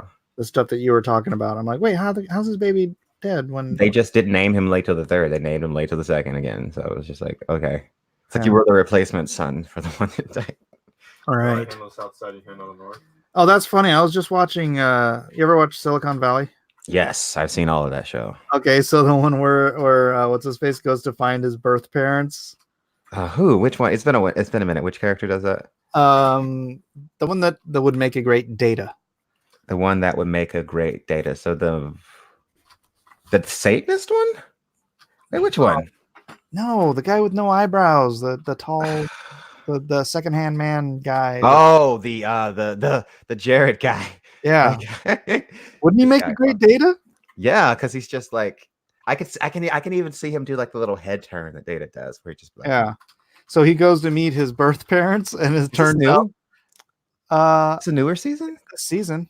This season. Yeah. I think I might have not seen the newest season then. Okay, well, I'm gonna spoil it for you. Because the deadbeat dude isn't on it anymore, right? The one dude. No, you know what? I haven't seen like the last 2 seasons, and I just started watching this season last night. Oh, maybe I'm a little bit behind because I haven't watched it in a minute. But yeah, Okay, explain it to me. He goes to meet his birth parents, Uh-huh. and they're like sitting there talking and stuff, and his birth parents are like, well, we had to give you up because it just wasn't right and all that stuff, and it just we weren't ready for you, and he's like, oh, I understand. He's like, and then he looks at this picture and he's like, oh, you had other kids, and he's like, yeah, we had, we stayed together, and he's all, oh yeah, and then they mentioned that 2 of his kids are younger than him, or older than him. 2 of their kids. So he's like, wait, so you had 2 kids, and then you had me, and you adopted me out. And he's like, well, yeah, it was difficult for us to travel. First class, you have 4 seats in a row. So like talking about how he was just this horrible inconvenience. Oh my They goodness. traveled a lot, and they couldn't fit. It's like, yeah, you rent a car, and there's only 4 seats, and they're just like all this stuff. Apparently, there's a bunch of Silicon Valley that I need to watch. And then he's like, they're like, but we really, really regretted giving you up for adoption, so we had another kid right away. Really? Oh, poor Jared. He always gets the short end of the stick. I always end up feeling bad for Jared. I was like, oh, because he's like a nice guy too. Like legitimately, he's always trying to help his friends. He just gets crapped on. That's hilarious. Like even your parents didn't want you. Yeah. And then his brothers and sister came over, and he thought that they were going to introduce him, right? And then they're like, oh, this is that was the other thing. The youngest kid, they named him Jared. What? Like, oh, we really like the name. Oh man. So then when the kid they came over, he thought they were like going to introduce him, and he goes, oh, this is Kyle. He's here to sell us solar. How many seasons can I be behind on this show? See, I didn't watch it last year, so I'm at least 1 season behind. Okay, season 6 was out last year. Oh man. See, now I'm happy because I have a whole new season to watch at least. Yeah, there we go. Dude. You're like, I gotta go. No, like I love that show. That show's so freaking funny. And I hate that it's like only 10 episodes a year. I guess that's why I kind of like missed it, because it's like 10 episodes. It's not enough. It's not enough. I need more. And I like how the guys are always struggling with their like business and stuff. And just like seeing the wildness of Silicon Valley, it's like I know Silicon Valley is really like that with those insane people. Like, do you remember that? No, dude, I grew up there. Oh, I grew up. Do you remember the episode where it's like the one billionaire guy is like using like young people blood? He's like, I'm infusing myself with young people blood to stay young. And I'm like, that can't really be a thing. And I looked it up, and it's like totally a thing that like rich idiots in Silicon Valley are doing. And I'm like, really? You're gonna like get some disease? Or just like, I don't even know. That's like absolutely insane. Well, it's better than what they do in China. What do they do in China? They eat aborted fetuses. Seriously? Yeah. What the heck? They think that's going to keep them young. What kind of cannibalistic, insane, that's out of control. That's nuts. Whoa. Some dark stuff. Yeah, you thought Silicon Valley was bad. Wait, with the Silicon Valley, they're just like using grown people, like people that are like willing to sell their blood or whatever. Like that's like, gross. Nice hand, by the way. I think nice, gross red. What's his name? The Red Scar. Red Menace. The Red Menace. It is the Soros puppet. Sorosian. I don't want to say Soros. I don't get killed. Sorosian. What did they do in China? I was distracted. In China, they dance all night long until the sun comes up. They dance. They eat aborted fetuses, and So gross. Gosh, that's a lot of stuff. It's pretty disgusting. Okay, never mind. It's a bit of an abomination, if you ask me. Yeah, for sure. I mean, you're eating a human fetus. Yeah. I don't know. Well, these are guys that think eating rhino horn is gonna Yeah. give you a horn. Rhino horn. That's stupid. There's better ways. Take some Viagra. Anyway. Uh wait. In China, they eat fetuses because of stem cells. That's messed up. There are easier ways to get stem cells Yeah, these days. your body creates stem cells Yeah. all the time. They do. I thought that's how Mike looked so young. I missed the list. People don't even know how old Mike is. It's true. Mike is 786 years old. Hey, See, now you guys know. 787. 787. He was here in the ancient days.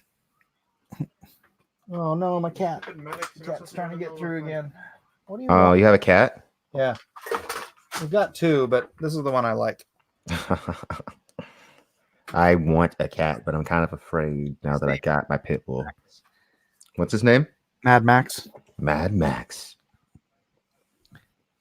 We had our last cat, one of the last cat. Dude, we've had like 7 cats in the last 5 years that have disappeared. Oh no.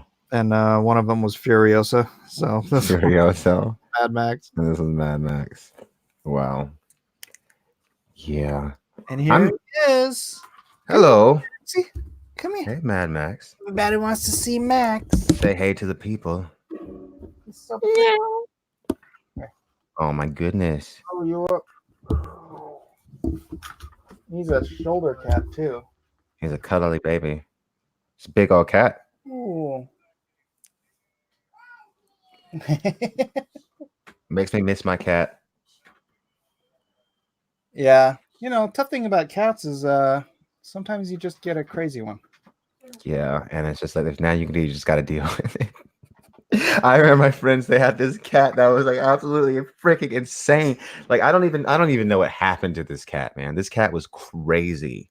Like anytime somebody came over that it didn't know, it would like hide behind the fridge. And like if you open the fridge, it would just go just like lie. Like after a few times me coming over, it like calmed down to me, but it was just crazy. Anytime somebody knew, it was like so anxious and afraid of everybody. And it would scratch the crap out of you if you like startled it. Like if you were like holding this cat and like someone just walks in that it didn't know, it would just go take off, scratch the heck out of you. Poor kitty. Oh, that cat freaking did something to my lair. She had anxiety issues. But I had this cat named T'Challa because he was black like the Black Panther. He was super cool. Why am I not drawing decent? Oh, Oh, I'm on the right layer. Why isn't it? Oh, he changed the opacity. opacity. Freaking cat. Yeah. All right, I gotta delete. Oh no. Cats are Satan spawn, says OP Dog. That's not true. No, that's not true at all. You know, in the Omen movie, you know, Satan had a dog. He had a, what was that dog? Was it a Rottweiler? It was a Rottweiler. So yeah, the dog of the devil. You know, there was like people started like hating on Rottweilers after that movie came out. Really? Yeah, apparently, from what I hear, like, Those there was are like this. cool dogs, but yeah, they can kill you. Just like a lot of dogs can kill you. I mean, just like a pit bull. I love pit bulls, but it's like I think pit bulls mainly get a bad rap because like the way people treat them. A lot of times people will just like a lot of times they're bred for dog fighting. And people will just they make them crazy. And it's sad because pit bulls in general are like really like loving dogs, like some of the most like sweet and friendliest dogs that you'll meet. But it's sad because like people make them crazy because they have the potential to be so strong and powerful. And if you make a dog that's strong and powerful crazy, then it's like you're creating a dangerous situation. And so they just have a bad reputation, I think. So Well, there are pit bulls that just kind of lose it too. Like I said, you know, you can get crazy cats. yeah. There seems to be no reason for it. Like you can get 2 cats from the same litter, treat them exactly the same, and one of them's just nuts. Yeah. My neighbor's Hey, Dynamo, you can look up an article right now about a Labrador killing an infant too. So like irresponsible pet owners that leave big dogs with their children are to blame, not the dog itself. That's like people that get mad at a lion or something when someone jumps in the cage and it rips them apart. It's like if you're a responsible pet owner, you wouldn't be worrying about a dog ripping your baby apart. So yeah, how about don't blame the animal? Okay, thank you. There was a story about this girl, 15-year-old girl, I think it was in Texas, and her neighbor's pit bull, which was just your normal average pit bull, was stuck in a fence. And I don't know what freaked the dog out about being stuck in the fence, but she went to go help it get unstuck from the fence, and it killed her. It's terrible. Yeah. All right, I gotta get out of here. Run away. I don't like what you guys are saying about pit bulls, and it's making me angry, legitimately. So I'll see you guys later. Peace. They're animals, bro. They're animals, just like any other animal. It's an animal.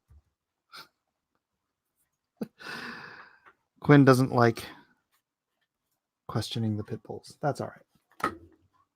That's all right. Ba, ba, ba, ba, ba.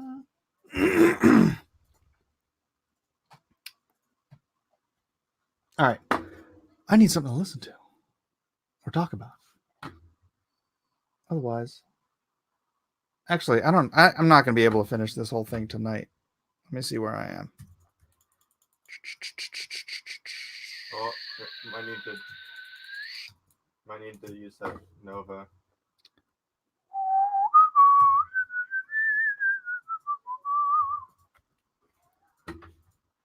Actually, right when you used it, I had the situation under control. Birthday, Quinn. I've had 2 Rotties. In fact, my doggo is a Rottie, and like any other doggo, you need to treat them with respect and a firm hand. All right. Honestly, Minerals. I don't care that much about dogs. I've had dogs. I like dogs, but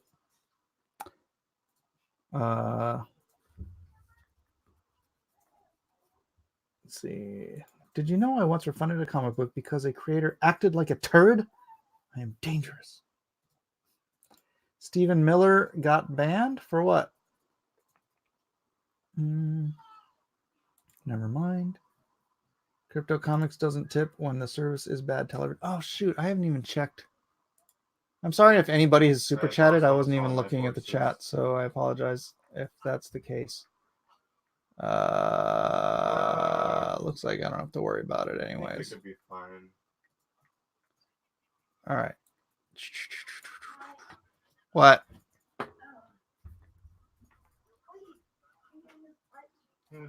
What? Yeah. Fine.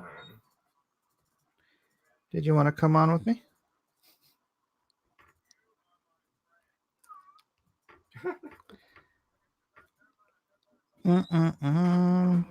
This is Strange Animal. Looking pretty ripped up. Never mind. It blew up. I'm in a little bit of trouble here. Oh, what the heck? Just a little bit. Drawing. Leave me alone.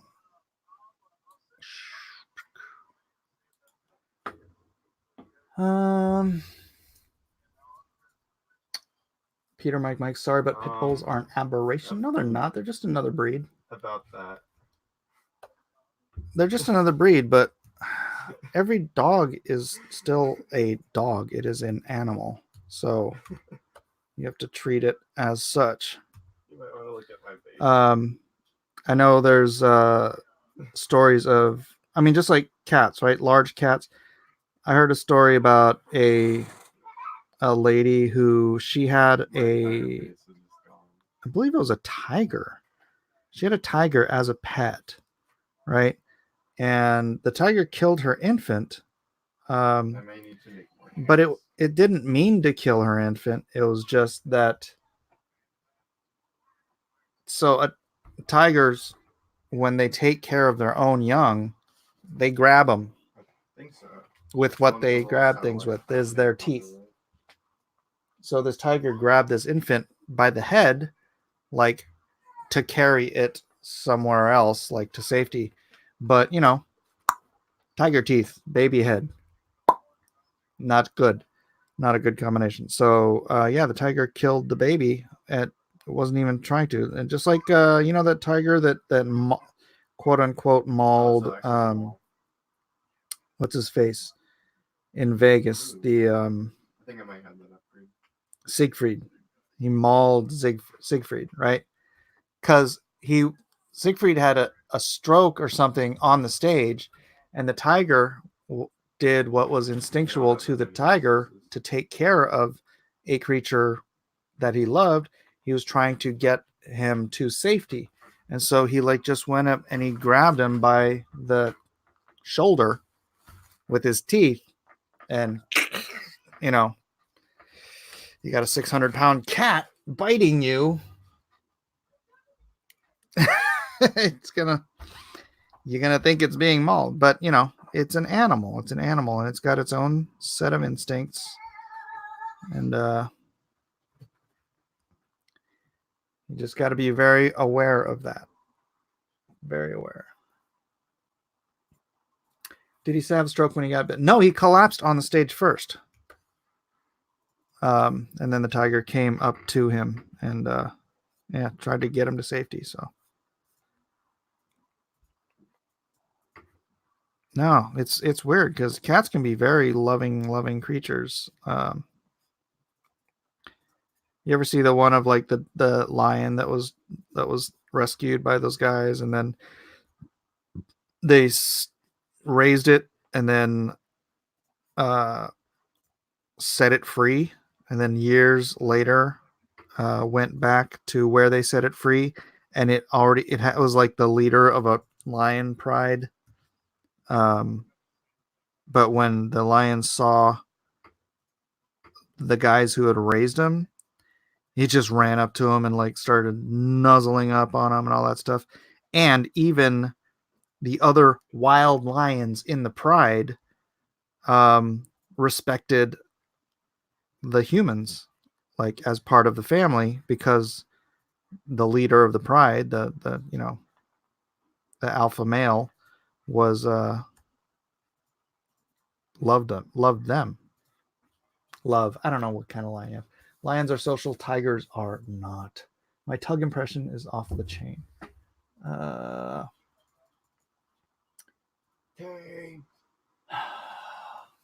Oh, you know that video I'm talking about? It's a great video. Very heartwarming.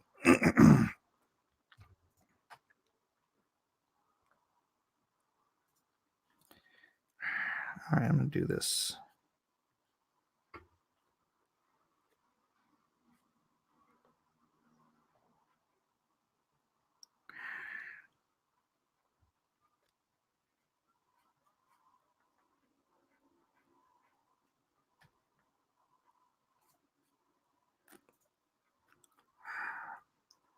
When is this comic going to launch? Do you estimate?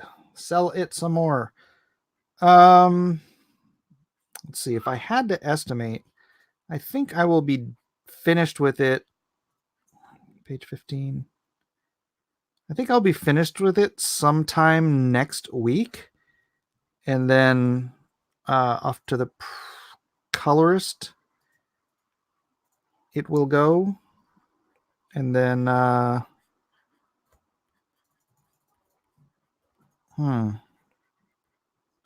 once I have a couple things colored, I will start the pre-sale bit on it. But really, I don't want to start the actual campaign until I'm fulfilled on Lone Star 2.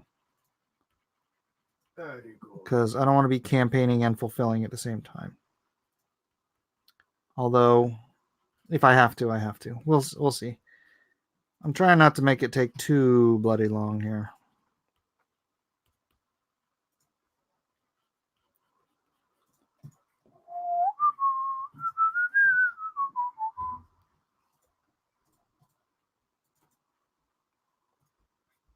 I should probably be working on some what's it called? Oh, I forgot his necklace. Let's just zoom his necklace around here.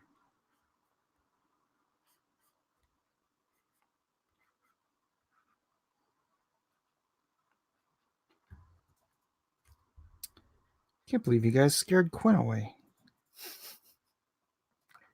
There he is. Look at StreamYard, Mike. Yeah, I just went to pee and get something to drink.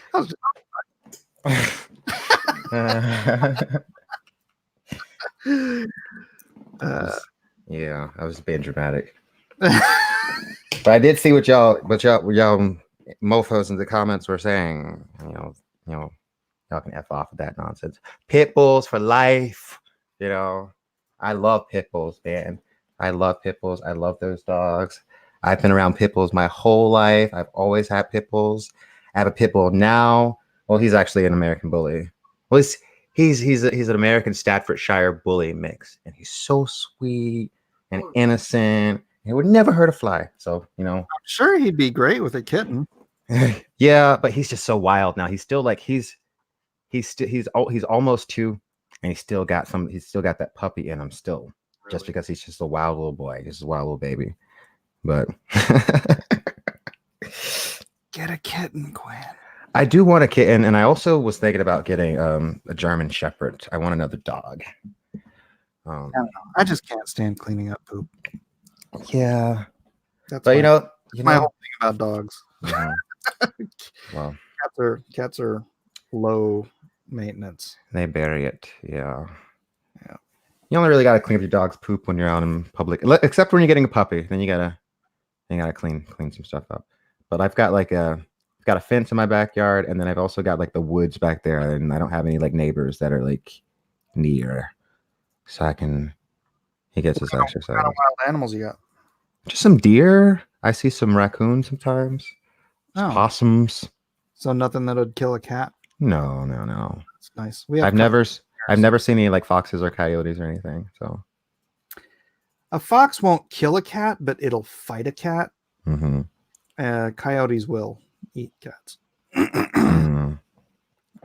I think that's happened to more than one of mine. So Oh, that's terrible. yeah.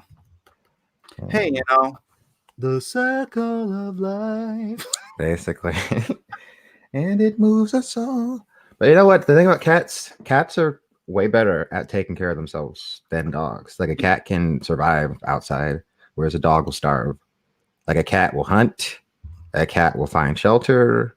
Like those little animals, they're domesticated, but they can revert back really quickly and do pretty well. Oh yeah, I heard if you die in your house, and the cat runs out of food, he'll start eating you. Same with a dog. Dogs totally eat dead people. Dogs wouldn't, because the loyalty thing. They totally Really? eat dead. Totally. A dog will totally eat you. Dogs and cats, pretty much like any like carnivorous animal. I feel like if you have it in your house and you die, it's gonna eat you. But yeah, I've seen like stories where it's like this. I saw one not too long ago where this old lady had 2 dogs and no one even knew she was dead for like a couple weeks, and they got in and the dogs had eaten off her entire face. Oh, Yeah, whole face. It was just like her whole like front thing was gone. Everything was gone. her whole front. It's not funny, but like, well, the dogs didn't kill her, but so she died of whatever, and then they ate. You mean they don't suspect the dogs? No, they don't suspect the dogs. I mean, what you got to really watch out for is horses. Horses are bad people. Oh yeah. I'm kidding. I don't know anything about horses. You're like, It's not bad. Horse meat. Horse meat? I've never had horse meat. I had it in Japan. It's pretty In common. Japan. Is it? Yeah. George R. Martin always says it's really stringy, and the books is always like stringy horse meat. Is it I had it raw. Mm. Raw? That's a thing. I didn't know that was something people ate raw.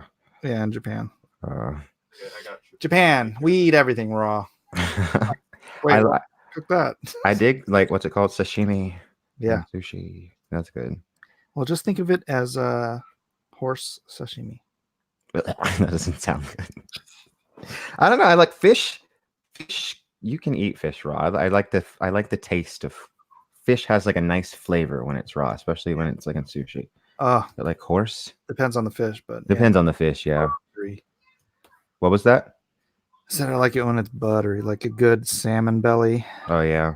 Oh, Yeah. One time my friend, he caught a salmon out of his like little pond by his house, and he cooked it up on the grill, and it was just like some of the best fish I've ever eaten in my whole life. Like, it was so fresh and delicious. And I was just like, yes. Was it a salmon? I'm pretty sure it was a salmon. Pretty sure it was a salmon. What color was the meat? It's like pink. All right, was either a salmon or it was a steelhead trout. All I know is that it was legit. It was good. Yeah, That was good. delicious, delicioso. What about protein amount? Asking for a friend. I don't know what the heck you're talking about. You have confirmation that dogs will eat their dead owners in the chat, so there we go. Yeah. Get on this topic. I don't know. you know, dogs are animals. You know, just like you're saying, any animal is an animal. Wait, Yep. what's that movie? It's a Stephen King movie. There's like a good line. Dead Cemetery. Ah, no, not Pet Cemetery. The Green Mile. But this is actually not a good line because it's racist. So I shouldn't say it. I shouldn't, because like the guy is comparing dogs to black people, but it still makes sense in the context of. I don't know if you remember that scene. It's when he goes to the guy's house and he's all like, and he's trying to explain why. You know what the Green Mile is about, right? The Yeah. Green Mile is it's when he goes to that one guy's house and he's all like, I had a family dog, and one day the dog just snapped and ripped out my son's eye. And he was trying to use that metaphor to explain why like the black guy like went mad or something, even though he didn't do it. I'm like, dude, it's not a dog. But yeah, that does happen though. It's just sometimes you never know with an animal because it is an animal. It does not have a human. It doesn't think like a human. It's not conscious in the same way that a human is conscious. Some of the instincts, even protective instincts. Did you hear the story about the baby? Which story about the baby?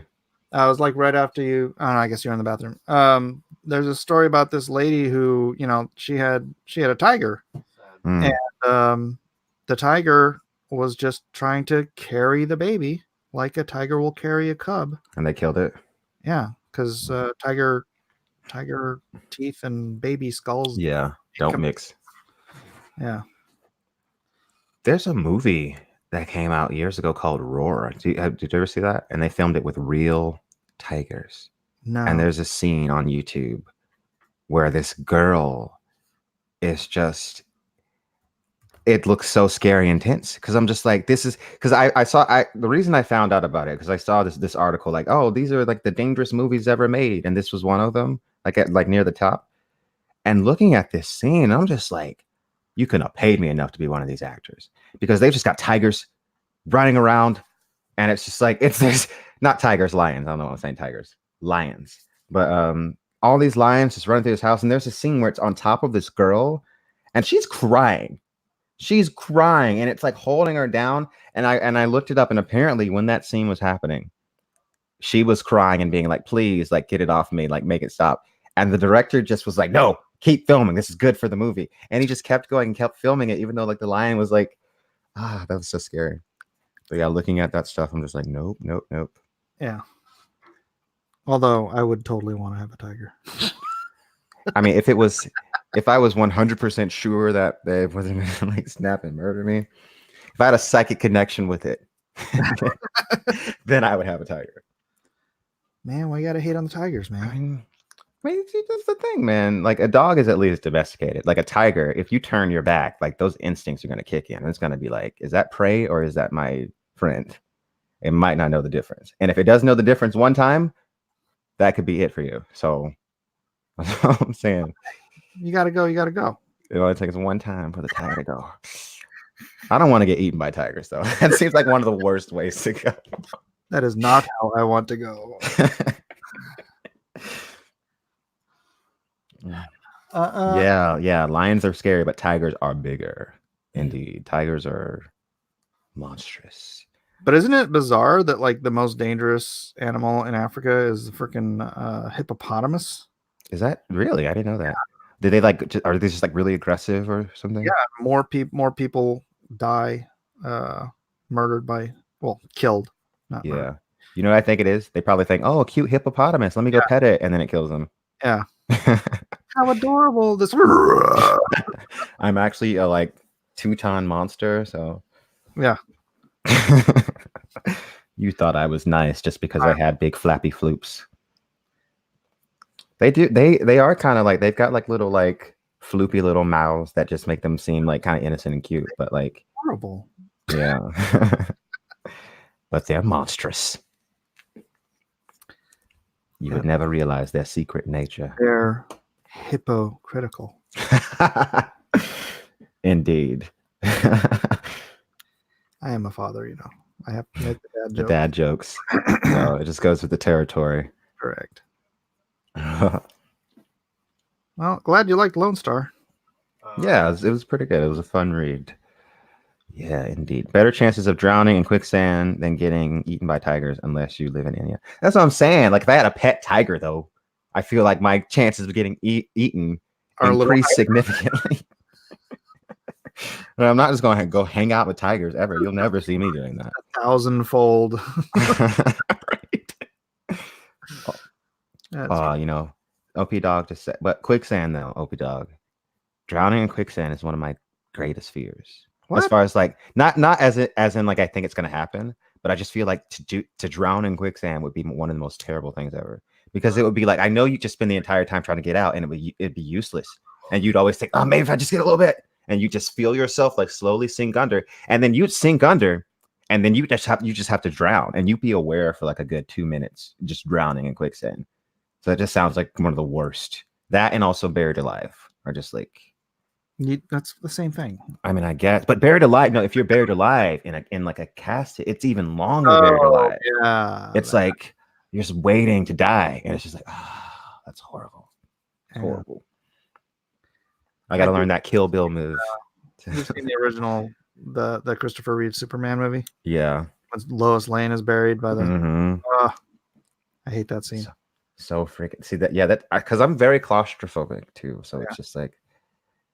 You know what? Why I think I'm claustrophobic though? When I was really young, when I was a kid, I'm talking like baby. I wanted to be like 3, 4. It's one of my oldest memories because it was so scary to me, right? So I remember being outside and I'm just playing with like my cousins, or I don't even know who the kids were. We were playing with some kids, and there were some older kids, right? And I remember one of the older kids picked me up and put me in a dumpster, one of those big dumpsters, and I just remember like the darkness. And I just screamed and screamed. I was like, ah! And I just remember someone picking me up and taking me out of it. And I feel like ever since that moment, I was really claustrophobic. I feel like that's what made me claustrophobic. That moment. That moment in my childhood. I was in a freaking dumpster. Yeah. Stupendous 989. We got a question. Go for it. What is the Tadia book supposed to be about? Tadia book is a fantasy horror graphic novel set in the fictional kingdom of Merath, which is a fictionalized medieval kingdom.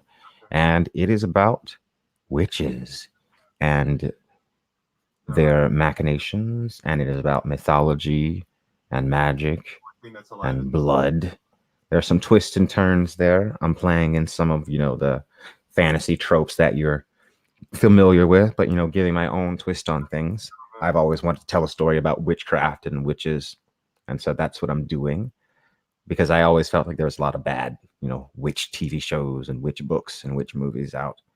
So I just wanted to do a really good one, or at least one that I think is really good. So that's what it's about. And yes, it is coming out this year. It is. In fact, you can get put on the mailing list. Link in the description. That is correct. Yeah. We're building this mailing list. We've got over 1,500 people on it. We just started up last month, around December 17th, I think. So what's today? So it's been just over a month and some few days, but we're doing really good on it, I think. And I'm super excited. Yep. When was the last time you checked how many you had on the mailing list? Let's look now. Let me give you all the rest of my. Been a couple days. Let's look now. Session expired. Please sign in again to continue. Oh wait, I could order mercenaries. Okay, so we are at 1639, guys. Wow. We're at 1639 on this Tadia graphic novel mailing list, and our goal is around 4,000 or 5,000. I totally think at this point I think we're gonna hit it in a few months. So. Dude, this is gonna be a hit, man. I'm excited. I'm very excited to show everybody the story. I've been working on the story. It's been in my mind, I guess, the core of this story for a couple of years now. But really in 2019 is where I really sat down and like really figured out what I was trying to do in the story that I was trying to tell. And so we're going to put out this first volume, which is only the beginning. And it's just setting up, the Kingdom of Morath and all that's going on. I have, I'm introducing things that'll become, bigger later on, right? So, but this first book will be about, Tadia kind of beginning to awaken to what she is and to what she can do. And you'll see, the way the sisterhood is manipulating Tadia. And, it's also about, I'm not going to spoil too much, but yeah, get put on the mailing list. Mailing list. Which is, It's a hard part, huh? You want to tell the whole story. yeah, I don't want to say, yeah, I got to stop that because I feel like sometimes I say too much and I'm like, I shouldn't be saying this, but you can get put on the mailing list and you can, when it comes out, you guys can see about this. I really am pouring my heart and soul into this. Yeah. And so at the point of the mailing list is you will get special sneak peeks of stuff. You will also get special opportunities and discounts that will not be available to those who have not signed up for the mailing list. So it's it's not just a wait for the Indiegogo to come out kind of a mailing list. There is a purpose to it beyond just that. yeah. And Stupendous $9.89. The promo page doesn't say much at all. The reason for that is because Indiegogo doesn't allow you to put very much on a launching soon page. So you can only tiny little synopsis. But there's a video there, and I also did do a stream with Mike and my friend Dave not too long ago where we did talk about Tadia a little bit. Mike actually drew some of the art from Tadia. He drew some concept art of the title character. So you can go check that out on my channel, Quinn's Ideas on YouTube. I like that Dave dude. Yeah, he's a cool dude, man. I've known him for a few years here on YouTube. He's a cool guy. You're one of your YouTube friends, huh? Yeah, one of my YouTuber buddies. He had a hard year, 2019. Yeah. Yeah. How they always say, like, the libs are always eating themselves. And Wow. that's exactly what went down pretty much. Well, he had this, he did streams like we do streams, but he had built up this like pretty significant following. And another friend of mine, Sanrixian, would come on and draw for him, right? But basically they had this huge falling out at Ice and Fire Con last year. Huge falling out. I don't want to say too much on air. That's fine. But basically, people, Twitter, I know both of them personally, David and Sanri. And basically Twitter people that don't know them took sides. And pretty much it was very one-sided. They all basically denounced him, said really bad things. But it was really people that he had considered friends, people that both of us know mutually, people that I'm still friends with. People were putting pressure on me as well to be like, oh, you can't work with Dave anymore. You can't, because like he did this to Sanri. And I'm like, but here's the thing, guys. I actually know Sanri, and I have actually called her and spoken to her personally about this, just like I've spoken to him. And like I've said what I needed to say to both of them. So why would I make a public statement, right? Yeah. That doesn't make any sense, especially when I consider both of these people to be friends. So people were getting mad at me for not like, people want you to virtue signal, Quinn. Exactly. Virtue signal. Yeah, but that happened, and he lost a lot of support. He's like Patreon got cut in half, basically. Yeah, so he's kind of, but he's kind of starting to rebuild. He's doing better. So did they have a different YouTube channel together, or? No, it's the same YouTube channel, but he's just like, he lost a lot of those people that took sides, basically. That's too bad. Yeah. But no, that dude, he's one of the smartest people that I know. Like he's one of the smartest people, especially when it comes to like A Song of Ice and Fire and like the mythology of it all. Yeah. Oh, Stupendous $9.89. I suggest you check out the Sandman video. But you can't make fun of me for saying autonomous instead of autonomous because I was very tired. And once you, I wish YouTube had a feature where you could go in and like dub the audio like after it's already been uploaded, because I would do that so many times.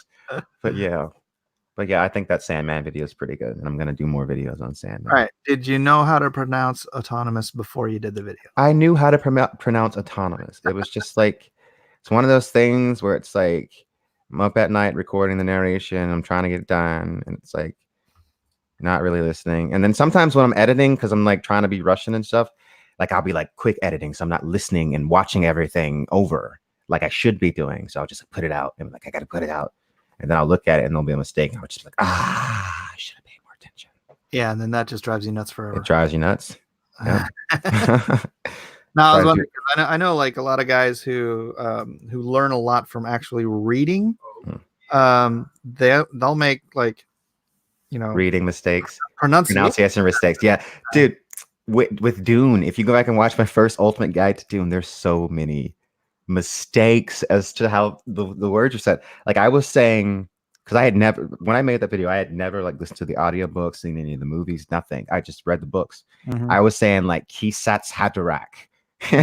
And then there was so much ridiculous stuff that I was saying that just didn't make any, like, I don't know. It was just like, this is not right. And I got so many comments that were like, you're not pronouncing this right, that I had to go in and like disable. I disabled the word pronunciation. Or pronounce. I just disabled it. Like, you can't even say this anymore. Like, just shut up. Just shut up. I get it. 400 people said it. All right. Because people love to repeat things that have already been said 400 times, All right. I just want to let you know it's pronunciation. Pronunciation. I'm always saying pronunciation. People correct me on saying pronunciation too. So you can get over that one. I feel like you know what I'm talking about. Yeah. Pronunciation. I had a friend who used to pronounce annihilate annihilate because he'd only ever read it. Right? Yeah. So it's like, and it does look like that. Yeah. It's like wind and wind. Both The Simpsons and Family Guy have made a joke about that. Oh, really? Like, yeah. Well, Family Guy stole the joke from The Simpsons, but yeah. Yeah, wind and wind are spelled the exact same way. He's like, I'm hearing the wind. He's like, I'm hearing the wind.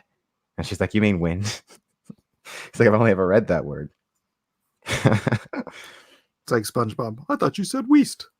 Ray Thulu. Yeah. Ray Thulu. I can't wait for Quinn's deep dive into Foundation. I have put there are some Foundation videos on my channel. There are. Yeah, I've heard people say hyperbole instead of hyperbole. Yeah, there's a Brian Regan does a video or a show, comedy show called the epitome of hyperbole. The epitome of hyperbole. Hyperbole. Epitome. You just got it. Yeah, I knew what you meant, but it's just like so. Epitome. That's like a really messed up one. I'd feel stupid if I said that. Yeah, Shauner, Dune 2020 is gonna be legit, man. I'm telling you, man. Denis Villeneuve is not playing like this cast. And like I love the way the people that have seen it are saying that Rebecca Ferguson looks. They're saying that she looks quote unquote eerie as Jessica, which is perfect. She should look eerie. And like David Lynch, he chopped all the Bene Gesserit hair off except for Jessica. He's like, she's got to be the hot one, but all the rest of them make them bald. So I don't know. I didn't get that feeling like from the beginning, but I felt like after she became the Reverend Mother, she would have become weird. I think like us being inside of her mind like demystifies her a little bit, because I imagine that from the point of view of like people within the Dune universe, they're like, oh my god, look at this chick, she's like super crazy and awesome. I know, but no, I mean she has been a Gesserit, but so was Princess Irulan, and the way she was. Well, see, that's the thing. Princess Irulan is not a Bene Gesserit. Princess Irulan was her father paid for the Bene Gesserit sisterhood to come and train her a little bit. Oh, yeah. So she's not actually a member of the sisterhood. but she does have loyalties just because that's the way they condition you. They condition you to be loyal to them, but she's not necessarily. Gotcha. No sense. Yeah. The whole point of it. Got you. I The did not. Princess Irulan. Though. Yeah, I love her name. You'll learn more about Irulan in Dune Messiah. She's a major character. Yeah. Because she's like living on Arrakis at that point because she's married to. So it's the second book. It is the second book, and it's It the is shortest Messiah. one. The second and the shortest. All right. Where am I regretting? All right. Yeah, I'm gonna have to get started on that pretty soon. Dune Messiah. See, Dune Messiah is the one where most people have a hard time finishing it or Really? getting through it. Yeah, because it is a little bit depressing Oh, in some ways. all right. And it does kind of have an ending where it's just like, man, you kind of do feel a little bit dejected, but it makes you want to read Children of Dune. I was like, man, I got to see what happened now after that ending. But it's good though. He's turning like, because Dune ends so epically, and it's like Paul is now the emperor and all this, and he's unlocked his power, and then Dune Messiah is just like what it sounds like. Dune Messiah, he's become the Messiah, and these are the results of it. All right. He's become what he's been trying to avoid. And there's a really good scene in there with Stilgar too, because in Dune Messiah, Paul is trying to explain something to him because Paul's powers are limited. He's not just like completely like a god, but Stilgar doesn't get that, right? Stilgar thinks that he's a god. So he's like, Paul, why can't you just like look and see? Right. And so it's like, he's like, Stilgar is no longer my friend. Yeah. Stilgar, that's even in the first book, I think, where Yeah. it's like, I've lost a friend and gained a worshiper. Right. Yeah. So that's an interesting thing that we see more in Dune Messiah. Like he's starting to, but he still hasn't. And then by Children of Dune, you see the Stilgar has really started to see, wait, Paul wasn't a god, because he's like looking at Paul's children and he's all like, these children are flesh and blood. I could walk up to this bed and slit their throats right now if I wanted to. So he's like realized it's been demystified, and so the Stilgar that you see in Children is kind of like. Well, I feel like Paul allowed him to become a worshiper. He did. Book because of when what was the information? He got information from Aaliyah through that psychic transference or whatever, and then when Stilgar was mystified that he knew that the Baron was dead, Paul wasn't like, oh well, yeah, because I just talked to Aaliyah through the psychic phone. Mm-hmm. He's just like, he allowed him to be like, how did he know? It's like, because that's why you have to some extent like question Paul's goodness. I mean, to a big extent, question Paul's like necessary goodness. And there's a lot more that comes up in Children of Dune where you see that he's a dictator. Paul is in fact a despot, right? There's a scene in Dune Messiah where it's like, that's like, oh, like for the 40th time, people are suggesting that they have a constitution. And Paul is like, no, I reject any idea. I reject any idea of a constitution. I'm not giving you rights. You don't have rights. The rights that you have are the rights that I say it is. And it's like you begin to see, wait, maybe this isn't, maybe. Yeah, and then you also get, was it Howland? Which character? No, not. I'm thinking of Howland Reed. Yeah, I was like Howland Reed. Gurney Halleck. Yeah, Gurney is like in a couple of instances he's like, wait, why do you care more about the equipment than you do about the people? That's not the way any Atreides should think, right? Yep, totally. So you get a lot of those clues in this book. Paul is definitely not his father. Right. For sure. See, I paid attention, Quinn. He paid attention. Simon Vance has that captivating voice, man. Usually I can't like sit down and listen to an audiobook, but when I got those audiobooks, even though I had already read the books, it's like I listened to those all the way through because they were that good. Simon Vance killed it, man. I love his Leto the second voice later on.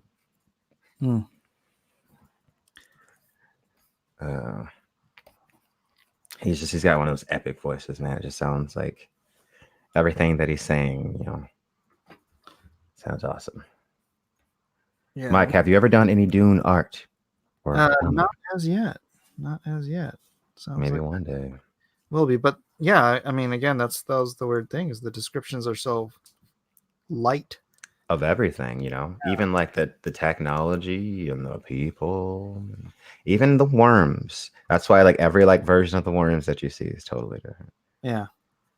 She has a lot of Because help. Frank Herbert was way more concerned about like, let me spit philosophy to you. Right. Yeah, Uh, he's much more concerned about that. Let me explain this to you. she's vaporizing them from reality. Yeah. If anything, yeah. I mean, if he had just stuck a bunch of descriptions in there, it would have made that a really long book.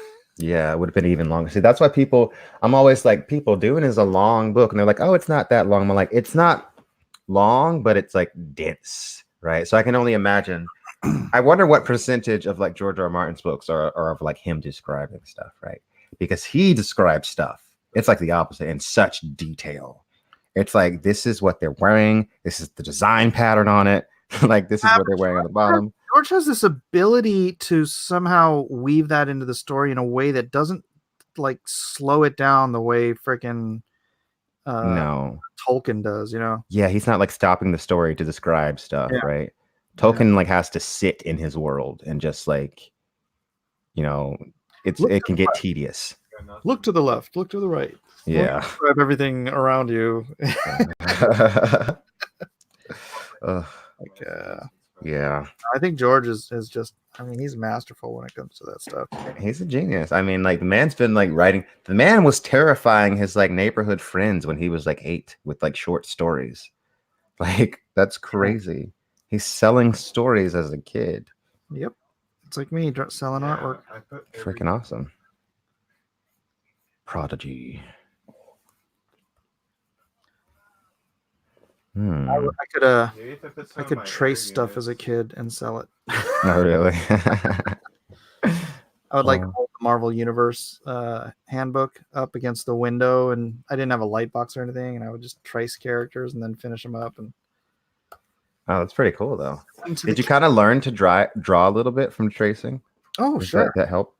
Yeah, that'll help. Interesting. Any drawing is practice. Mm-hmm. Whether you're tracing or just copying, or Mm-hmm. copying is really how people develop styles. Because you can have like, you can know all your anatomy and everything, and it could just be very realistic. But if you want to develop a style, and you just kind of, well, I mean, there's two ways. You can either just kind of look at somebody else's stuff and try to emulate it, or you can just sit down and do studies of what doing a study is essentially. It's copying. You sit down and you copy the artwork, and that's kind of integrating their stylistic senses into your work. And yeah, it's a legitimate thing. Mm-hmm. Cool. And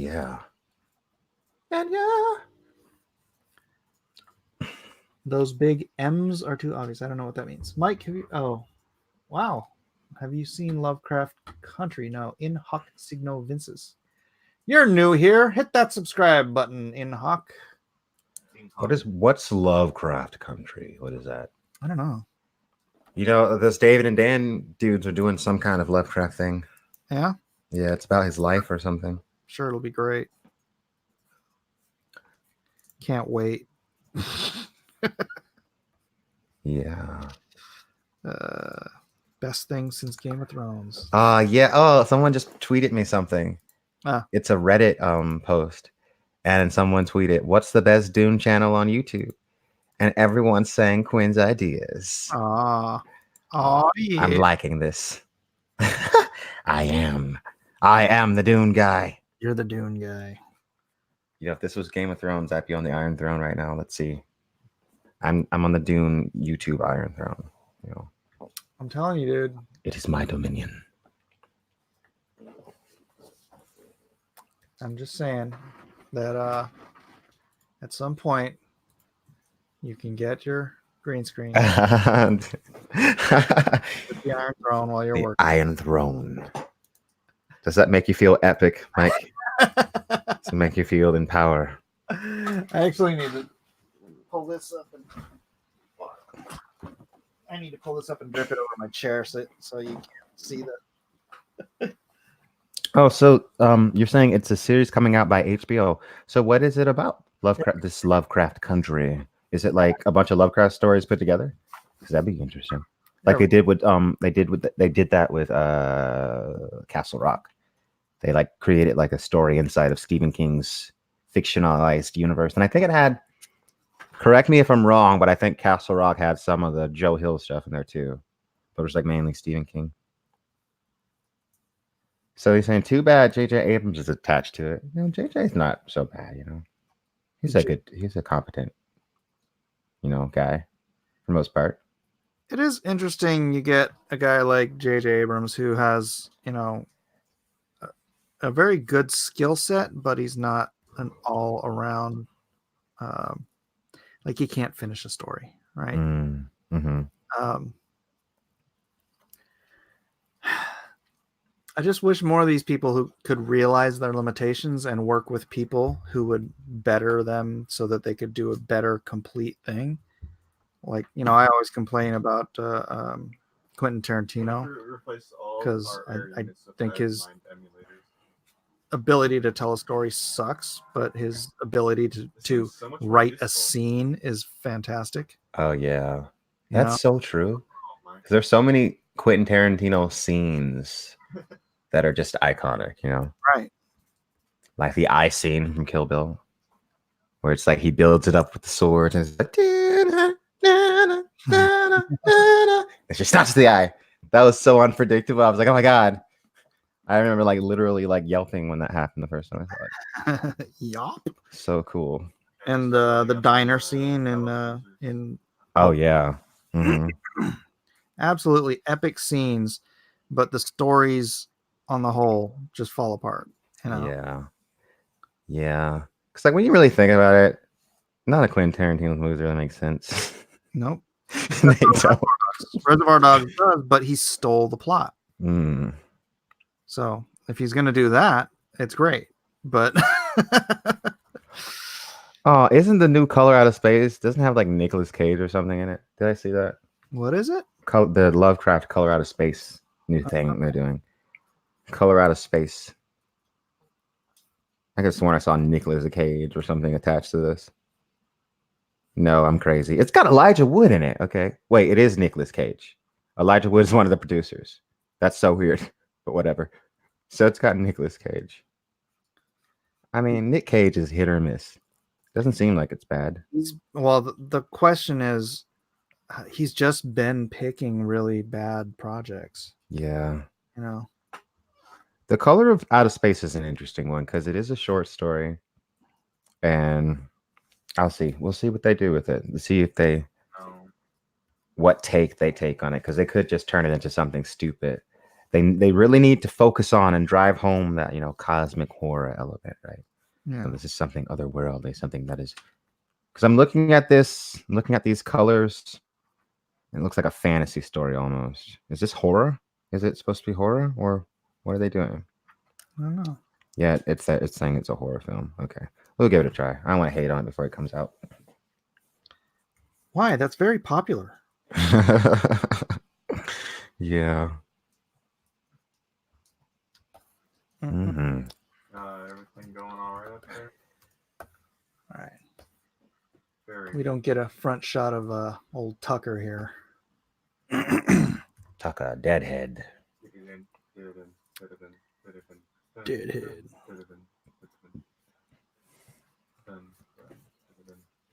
I really hope this does well. Oh yeah.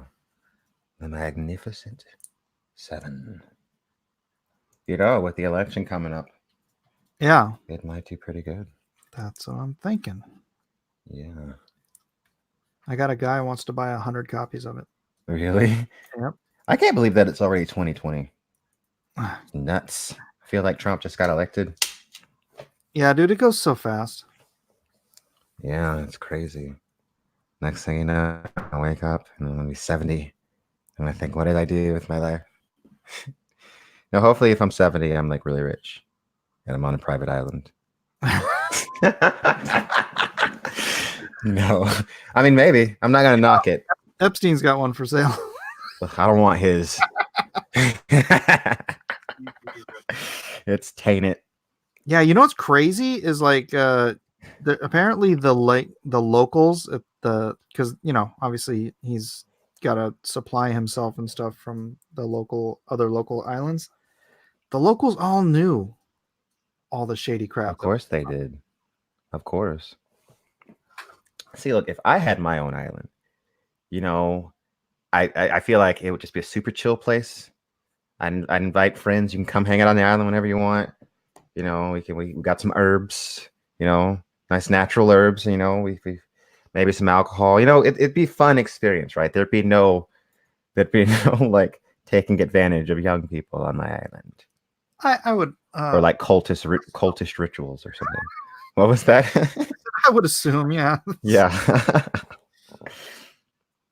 You're like, well, it is my island. That's what I never understand, right? When someone's like really rich and successful, and then I think they just take it too far, right?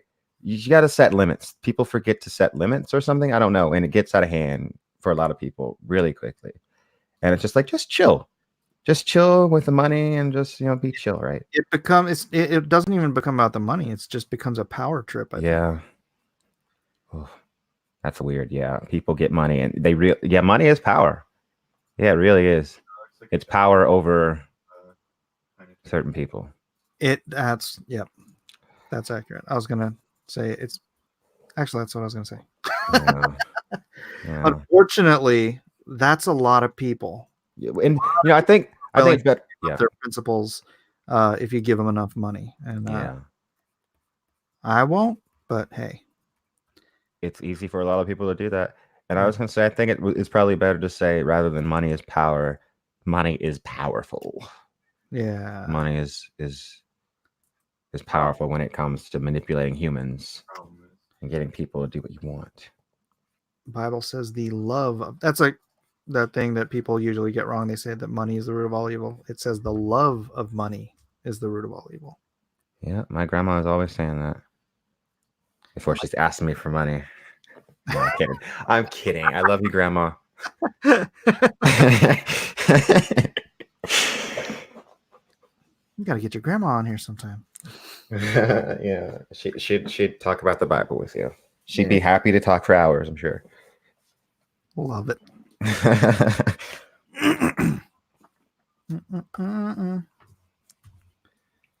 Yep, Epstein's power didn't save him being killed. That's because more powerful people. That's right. Wanted him dead. That's why I say there's limits on the power. Did you see that picture? How like he was freaking carotid? Oh, I didn't even look. Dude, like piano wire or something. It's like it doesn't look like that happened with a sheet. Dude, you kill like.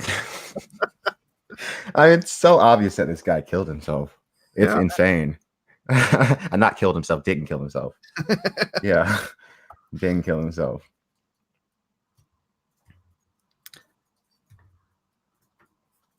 My dog knows the word no, but he doesn't listen, says Chris Mason. You gotta teach him. You gotta train him up. You gotta use street training. Major is a very good puppy. He listens to me. Except sometimes if there's people over, he'll get too excited. And then he'll just be like, I have to listen to you. But then eventually he'll come down and listen. So, but he thought he was untouchable because he had dirt over them power. Maybe if he had released it earlier. Oh yeah, that's a good point. Information is more powerful than money. Yeah, there's like a whole part of Game of Thrones where Varys is talking about that. Yeah. Where he's all like he started stealing letters and stealing information, and he realized that was more powerful than stealing money than being a regular pickpocket. Yeah. Can you imagine? I still think one day, like a list or something is gonna leak or just like some really damning information. It's going to have a bunch of names on it. A bunch of people are going to be involved, and it's going to be like, because this isn't over. This guy, because they say this guy kept like meticulous records of all this stuff. There's a copy somewhere that has some evidence on it, and one day the public is going to see this stuff. People are going to look back on it and be like, mistake. McAfee, right? You know who McAfee is? mm-hmm. That dude has info. Mm. Yeah, he's said, he's like, if I ever because the government's after him because he lives like on a yacht now, like in the middle of the ocean, just running. Yeah. And he's like, if I ever disappear, I have all of this info that will immediately be made public, like in 24 hours or something like that. Do So it. it's like, I mean, that's what Epstein should have done. that's what he should have done. Yeah, you see it in the movies where it's like, if I disappear, this is gonna get uploaded in like 6 hours. If I don't like hit this button, so Yep. better make sure I get back to where I need to be. Yeah. He's like, that is a very good idea. Good quotes, Ray Thulu. Power is power. And you know what's funny? It hurts my heart to say this, but that is a David Benioff and Dan Weiss line. That power is power line from Game of Thrones, where Cersei is with Littlefinger. And I do love that scene. It's one of the one things that it was like, yeah, I like that. Power is power. Stopwatch is right twice a day. Yeah, basically. Yeah. They just kind of, yeah. But it was crazy. Like the little negative things in those older seasons were like they were covered up, but like how good the rest of it was. But now, like looking back, you can see like the roots. You can see the roots of crappiness even from early on. And it was always where David and Dan were interjecting their own stuff. It was never like, oh, this is what's in the book and it's not good. It was always like, oh, they changed something. Said it from the very beginning, man. Butterflies. Yep. Butterflies. Stepping on butterflies. They don't have any idea where they're going. Exactly.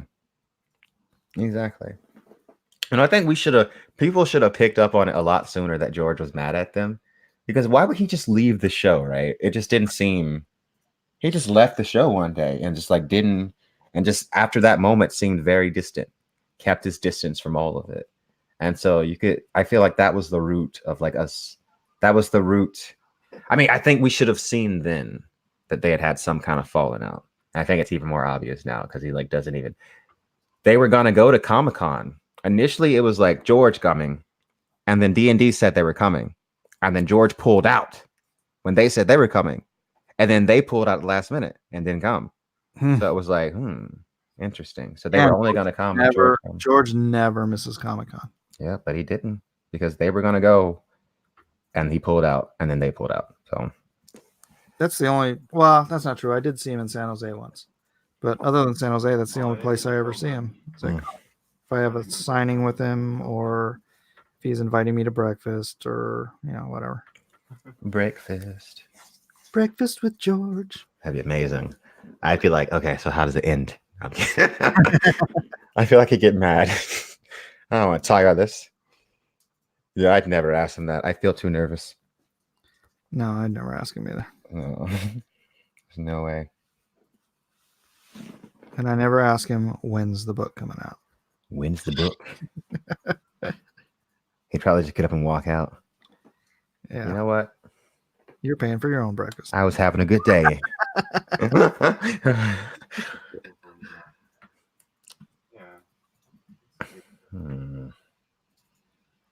He just wants to see it explode stuff. Who's this footballer guy? Quarterback.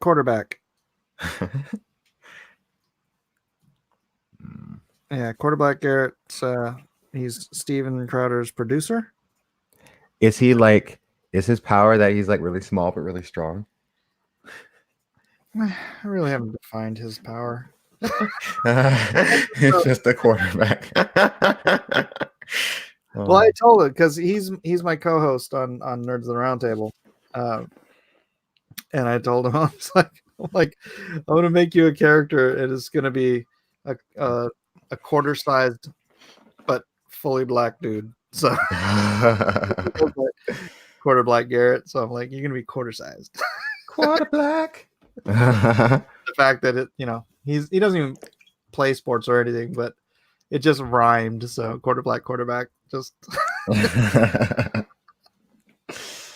Oh, it's so freaking funny.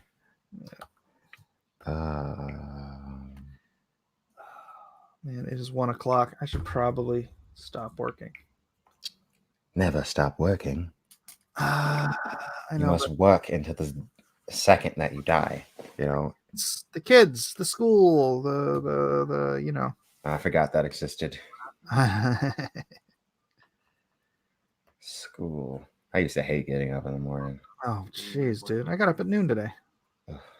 Yeah. See, I'm glad I have I'm my own boss, so I can just get up at noon. That's what I usually get up. So I don't even know. That doesn't even sound weird to me.